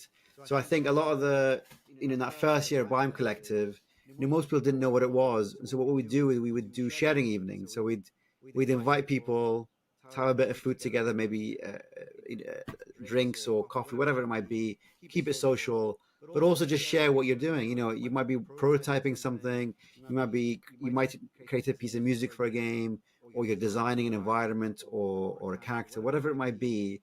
Share your work, and what's really important is you share your work in progress, your rough sketches, your drafts, your early prototypes. By doing that, you really enable people to understand you, and that sense of generosity and sharing goes both ways. Then people will likewise then share with you. I think that's a great way to start really strong connections with individuals that could potentially be the foundations of a collective. That's excellent advice. I was actually part of like a filmmaking collective like that in Brooklyn. It's very much the same idea, showing works in progress, being supportive. and on that point, I think, we're not doing anything. We're not reinventing the wheel. Collectives are an established way of doing things in the art world and the film world. Like, creative people have been experimenting with business models and stuff for a long time. And, that was some of our inspirations, from the world of art and design, even within games. That I think that the guys in Toronto, Bento Miso, and there's a whole bunch of people doing stuff similar to us in the space. And even this festival programs like the Maze Festival in Berlin, or Indiecade. So there are these kind of programs or collectives of ideas and people trying to share more creative work that isn't always commercial. I think things can be commercial. You just have to find the right audience, and sometimes that's the challenge, is how you connect to your audience. And I actually think that more experimental work, it needs space to exist to be able to inspire people that will ultimately end up being commercial work, whether it's that project or maybe 10 projects down the road. You need people to be creative, to really express themselves and push the medium forward. I mean, absolutely. I think games can be anything, which is one of the things I advocate strongly. It's just that it's certainly here. I don't know what it's like in the UK per se, but in America, it's like it's opening weekend madness, right? If you don't break big, then why did you bother? Tends to be the thing, and it's demoralizing, and you don't get an awful lot of support when you do something small that you feel is important.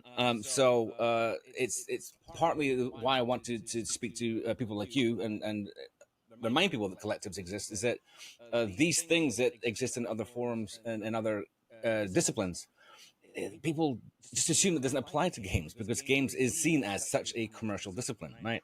Yep. Call of Duty. Why would you make a small game when Call of Duty exists? And absolutely, and it's an audience attitude more than it is a creator attitude. Creators know. I'm hoping to open some minds and let joy in, right? So absolutely. So I don't want to take up too much more of your time, but so the Biome Collective, is there a place where people can see what your members are doing? Is there a website, or do you have an open public exhibition at any point? So we have biomecollective.com as our website. It's quite old, but and actually we do post on Twitter occasionally. We do weekly sharings. We share what our community's been sharing on a weekly basis, so you can see us on social media. But also we also co-produce the Arcadia Festival, where we exhibit games and showcase other people's work, to be honest, not just our own. So there's a variety of ways. Probably the website is the best way to contact us, to get in touch. And yeah, we'd love to talk if you want to, if you're interested or want to find out about this kind of space. So just collective action and collective making. Just reach out. Happy to chat. Well, thank you very much for your time. Continue the good work. It's very exciting. Thank you. Likewise, Paul. Thank you so much. Thank you. Biome Collective. So I'm already at time. I'm already over time. Clearly, I have way too much stuff to share. I thought that I would be struggling to fill 2 hours, and that is not the case. So I was going to show a clip about my mic's on, right? I was going to show a clip about from the film, an excerpt, legitimately from the film, Heart of Neon, about the Yak Yak community, the community that grew up around Jeff. Jeff didn't really have a hand in it. Oh, he didn't have a hand in it at all. He had a website. Somebody built a message board, and then they built it, and they came. This incredibly supportive community. That is, and that scene, the development of that scene, me discovering about Yak Yak and Retrovision led to this right now. This conversation. This is why I think it's important. This answered the question to me: how could Jeff Minter, well, not mild-mannered. If he gets his, if people get his back up, he gets quite aggressive. But he's, keeps himself. He's a hippie. He owns sheep, a little bit of land in Wales, and he makes these esoteric games. Right? How did he survive for 40 years in an industry that doesn't really support idiosyncrasy? Right? And the answer was, to a large part, his community. That was it. And the film is about this feedback loop between an artist and his audience. So I was going to share that sequence. It's about 10 minutes. I'm not going to do it now. If you want to see it, you have to come to the Zap Live 2024 event because I'll be showing it then. So I'm going to wrap this up. I'm going to show you the remaining 4 videos, featurettes of indie devs. I could list who they are, but I'm not going to. So it ends on a scorcher. Let's see. Oh, it's 5. Good lord, I am behind schedule. So all right, I'm just going to show them all.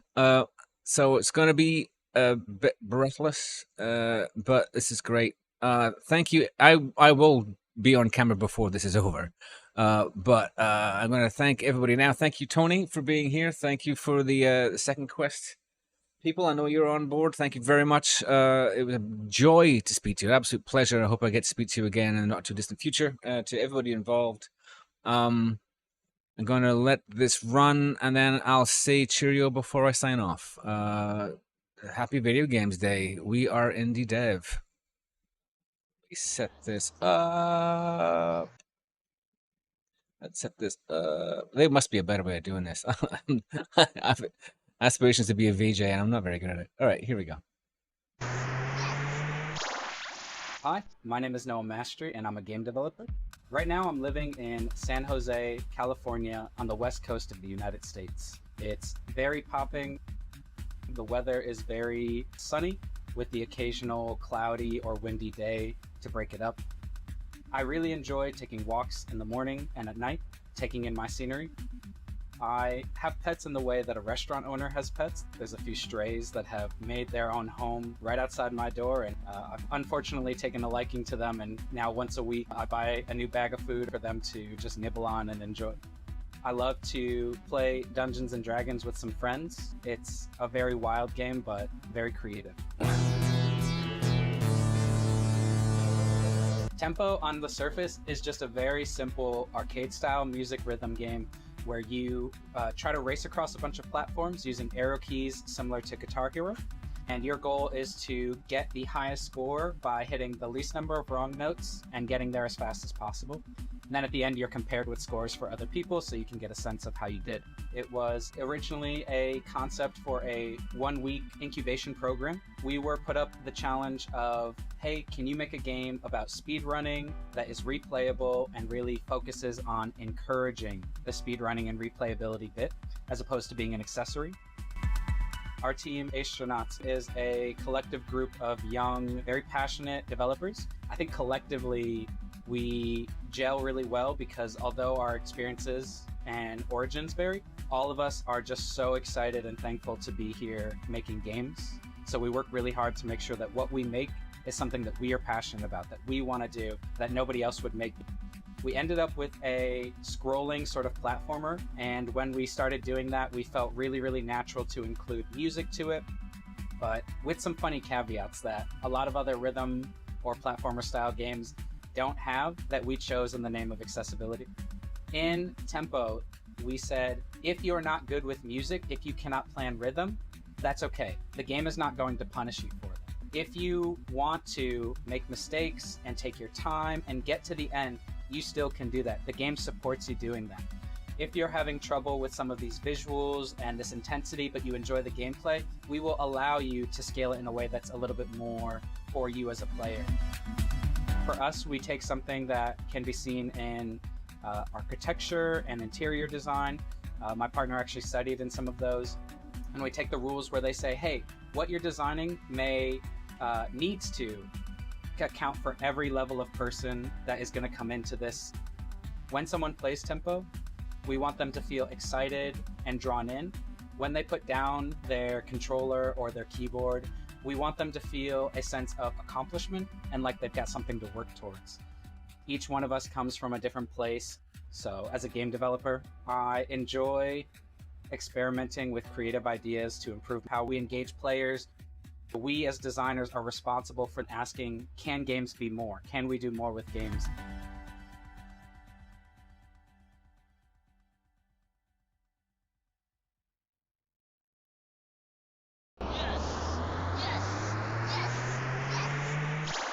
Hi everyone, I'm Jeremy Bregerman. I'm a co-founder of Luna Wolf Studios.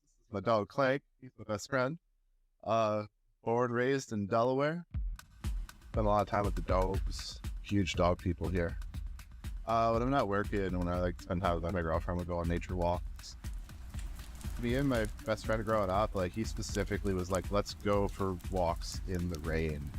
Like that was his whole thing. One time we like went and swam, like hopped the fence and swam in the neighborhood pool during a lightning storm. Glad I was still alive. Hydration is very important. I take it very seriously. I'm ready.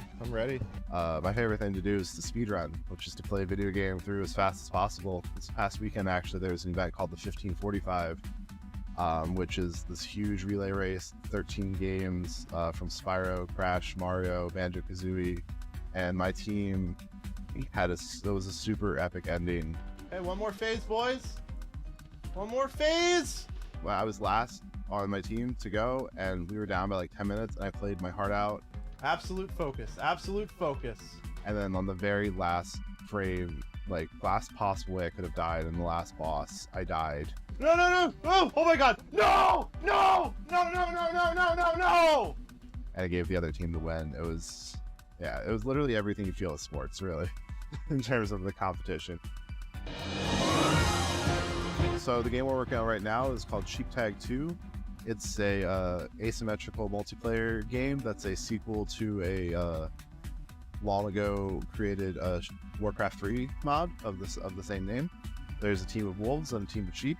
The sheep are just simply attempting to survive. They can build buildings, you know, are generally just trying to dodge the wolves. The wolves are attempting to, you know, kill the sheep. And then there is a pen where if a sheep dies, the sheep can go and attempt to save the wolves. So there's a lot of super fast twitchy movements, and it's a lot of fun. I was about 12 or 13. I was playing Ratchet & Clank Going Commando, and there's a super amazing Easter egg in that game. Between 3 a.m. and 4 a.m. console time, there's a little teleporter that'll appear. So it'll take you to someplace called the Insomniac Museum. And it's just this humongous in-game museum that's just full of like hot assets, interactables, developer commentary. It's literally a museum of like stuff about the game and the previous game. And like when I was just exploring in there, I was like, this is what I'm going to do with my life. That's when I was like, not gonna be a race car driver. I'm going to make video games. Lone Wolf Studios was co-founded back in 2015 by myself and Jeff Fisher. We met while we were in college at Wilmington University. We both were hired by one of our teachers to be his personal assistants, and like we sort of like saw a lot of like the startup indie game scene. We looked at ourselves and said, we could do this but better. And so Haberdashery, our first true game as a company, was born. I had the idea of, what if you played Spyro the Dragon but as a sheep, you know, being chased by Spyro? We texted our friend Nate, who does amazing art, and he was like, hey, what if you had a Hatbox mechanic, made it an endless runner? And then our strategy was to take that to conventions and network around. We sort of like to use the game technology in sort of non-traditional game ways and sort of helpful ways. For instance, we did a grant in partnership with the Moores Children's Hospital on something called Project Helix, which is a virtual reality auditory processing disorder testing application. And next, we're going to sort of take that further. For me, that's the most rewarding thing, is using the game technology to better the world in those sorts of ways. We generally just like to make the world a better place and just be a part of that.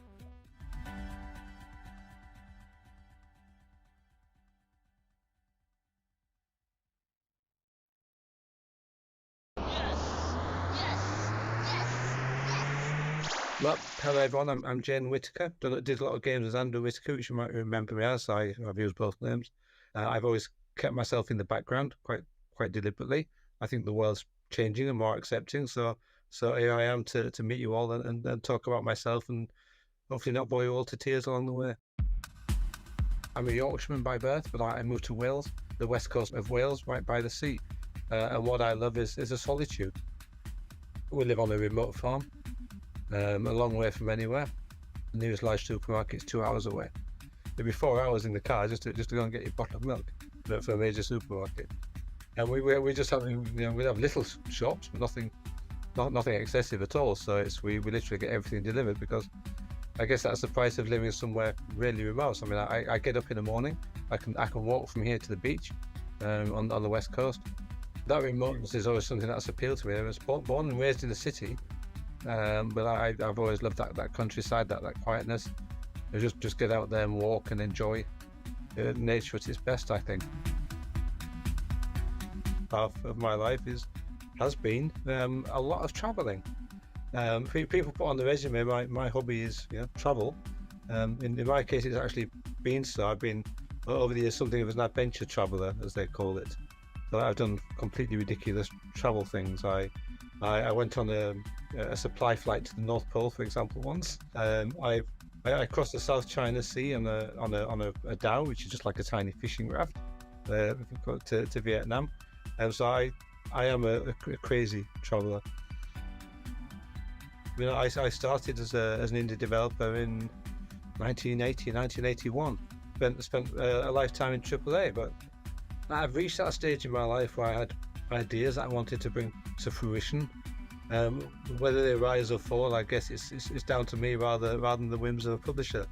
And I wanted to be in that situation. It's scary, but so the ambition was to bring in really strong creative people into a group, and we're all working in partnership. We all said the same thing: why don't we get together and make what we want to make? I'm 57 years old. I actually want to sit down and create something that's really from the heart, as a passion project, and do it with a group of friends I've worked with and know for years and years. Let's make something really, really special. We've also signed a relationship with Dovetail Games to generate new content for their Train Simulator in addition to our own IP. So we're working on Train Sim World 4 as a partner developer. Dovetail have been great. We said, what do you want us to do? And they said, well, do what you want to do. And we're building railway lines and tracks and locomotives and things, and getting people driving up and down the rails. It's just total freedom to do what we want. We hope people love it as much as we're loving making it. People say to me, what got you into games, and how can I get into games? The short answer really is passion. I think if you push and you have the passion, and you keep going at it, and live and breathe what you do, you'll get there in the end. That sounds like a cliche. They always say that to get into a job, but it's actually true. I think most of the devs who've been around as long as I have done it because we're really, really passionate. We continue to be so. But I think that's what really drives a lot of it.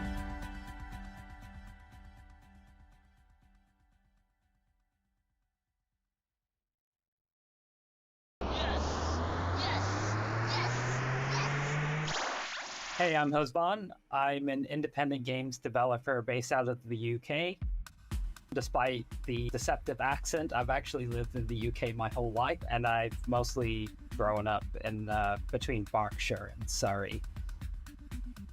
Generally, I prefer it when it's quite bright outside and it just gives the space a lot more energy.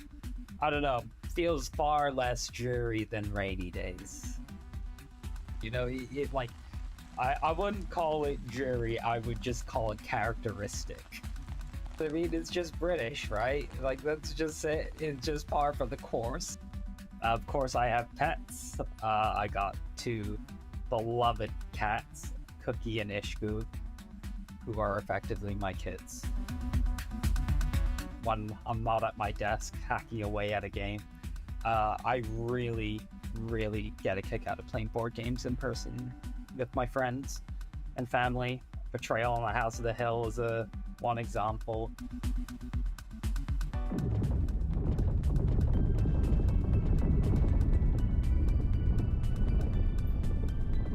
Currently working on Rogue Eclipse. It's a epic spaceflight action shooter and something in the vein of Star Fox or Rogue Squadron from back in the day. It's very much a love letter to all spaceflight and flight games. You jump in a starfighter, you fly around, and you're basically blasting and burning your way across a procedural cosmos of sorts.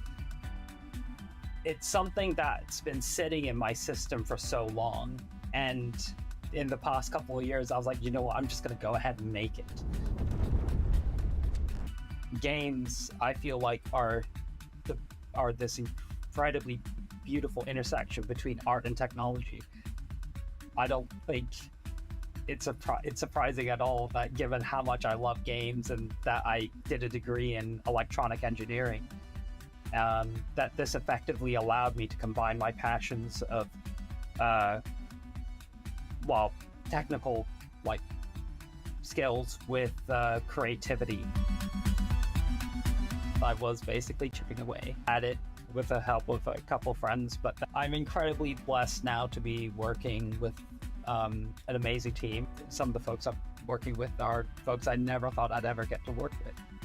How these things come about, I mean, mashallah, I've been the beneficiary of many wonderful, smart, and really sharp folks who I've been incredibly fortunate to either get mentoring or advice for.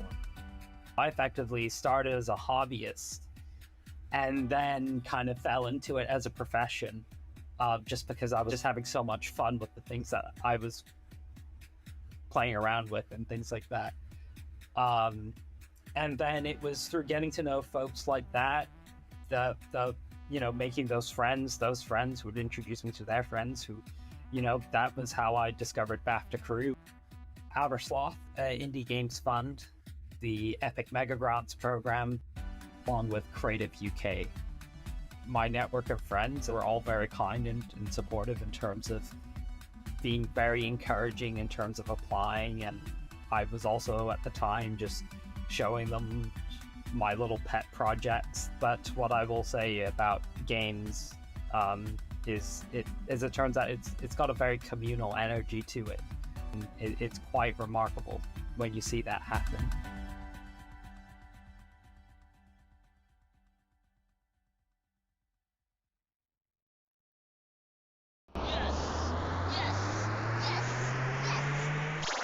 Hi, my name is Oliver Nelson Jr. I'm a BAFTA-nominated studio head, writer, game developer. I've worked on over 90 games in the past 8 years, ranging from indie to AAA, tabletop to digital. I am based in El Paso, Texas. I was not born here, but it's my adoptive hometown. I was born in the Southwest in Arizona. My favorite aspect of my neighborhood is the Franklin Mountains. No matter where you are in the city, you can look just off in a direction and see mountains, and the way that grounds you in a sense of place and environment, no matter what's happening in your life, no matter where you are or who you're with, it's palpable. I do have a hobby that's non-programming related, a couple of them now, and I've found it really useful to build those up over time. I will make notes in a journal, I read. I tend to really get into manga these days, but I've also picked up building Gunpla. I used to love building Legos, but Gunpla is a fraction of the price, and then I have a cool robot at the end. So all love to Lego still, but I'm picking the cheaper, cool robot. Be careful what you wish for. I Am Your Beast. It's a revenge thriller FPS about basically a black Jason Bourne.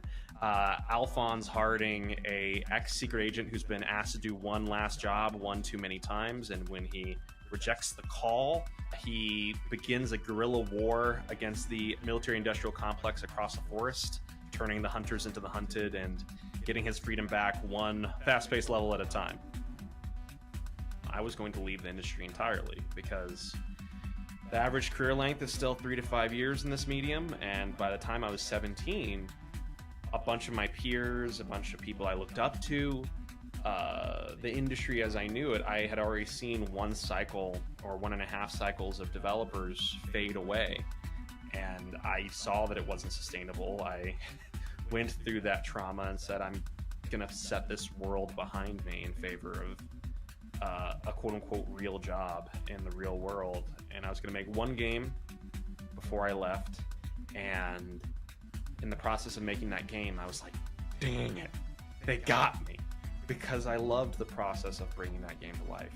I Am Your Beast was a game that got canceled twice.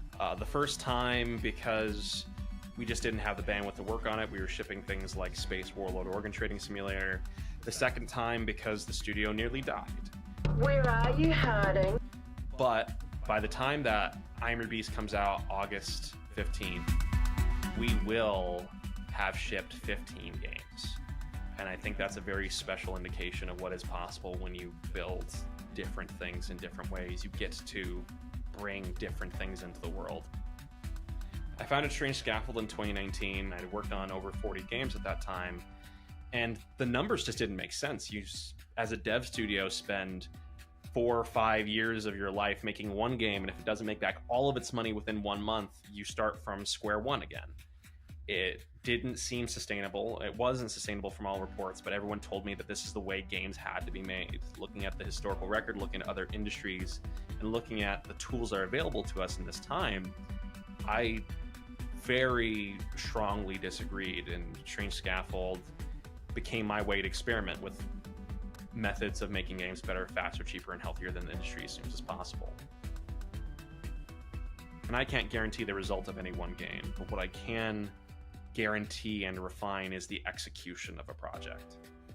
So what I do, which doesn't sound that revolutionary, but apparently is for video games, is I have a time, I have a budget, I have a vision to bring to life, and a team that needs to be respectfully and enthusiastically empowered to do their best work. What's the best game and best vision and version of this game we can bring to life in this time?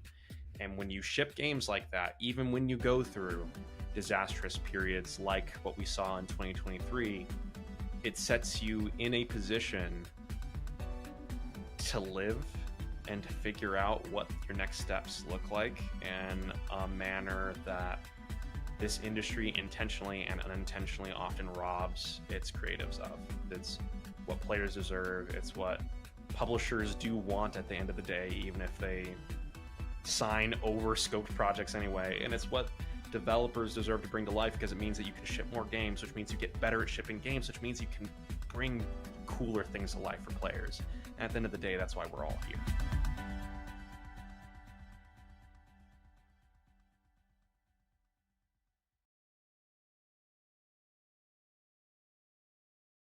Did I just... No, there it is. Okay. I thought I'd turn my microphone off. Well, that was it. That is it. Thank you so much. Happy Video Game Day. Thank you for being with me to celebrate indie devs everywhere. We ran a bit long. I don't know. Originally, this was going to be a 6-hour live stream marathon, and it was also going to have a lot more live interviews. Clearly, I need to work on that. That didn't work out, and it worked perfectly the first time I did it. And that's the thing. If something works perfectly, you think you've got it nailed, and then you don't. So yeah, figure out what that technical issue was. But these videos, these individual videos will be going up on the Heart of Neon page at some point in the near future. I would like to make more. I want to meet more of these people. Like Tony said in the comments, I've met a lot of inspirational people. And it is my joy to share them with the world. And maybe we'll do that. Maybe we'll do that in September. Anyway, please, if you have the wherewithal, please donate to the IGDA Foundation. You can do that on the Heart of Neon webpage, heartofneon.com/#charity, or just scroll down the page. It's there. Or there's also a button at the top, so it's on there. IGDA Foundation is a partner. It's partnered with Heart of Neon, or vice versa. Our mission is to shine light on the indie dev community. And as you can see today, I think you start to see how diverse and fantastic and passionate and enthusiastic they are. Wonderful, supportive people. I want to support them. Yeah, that's it. So take care. Be well. Until the next time. Be safe. Visit Heart of Neon. Sign up to the newsletter. Cheers. Be safe.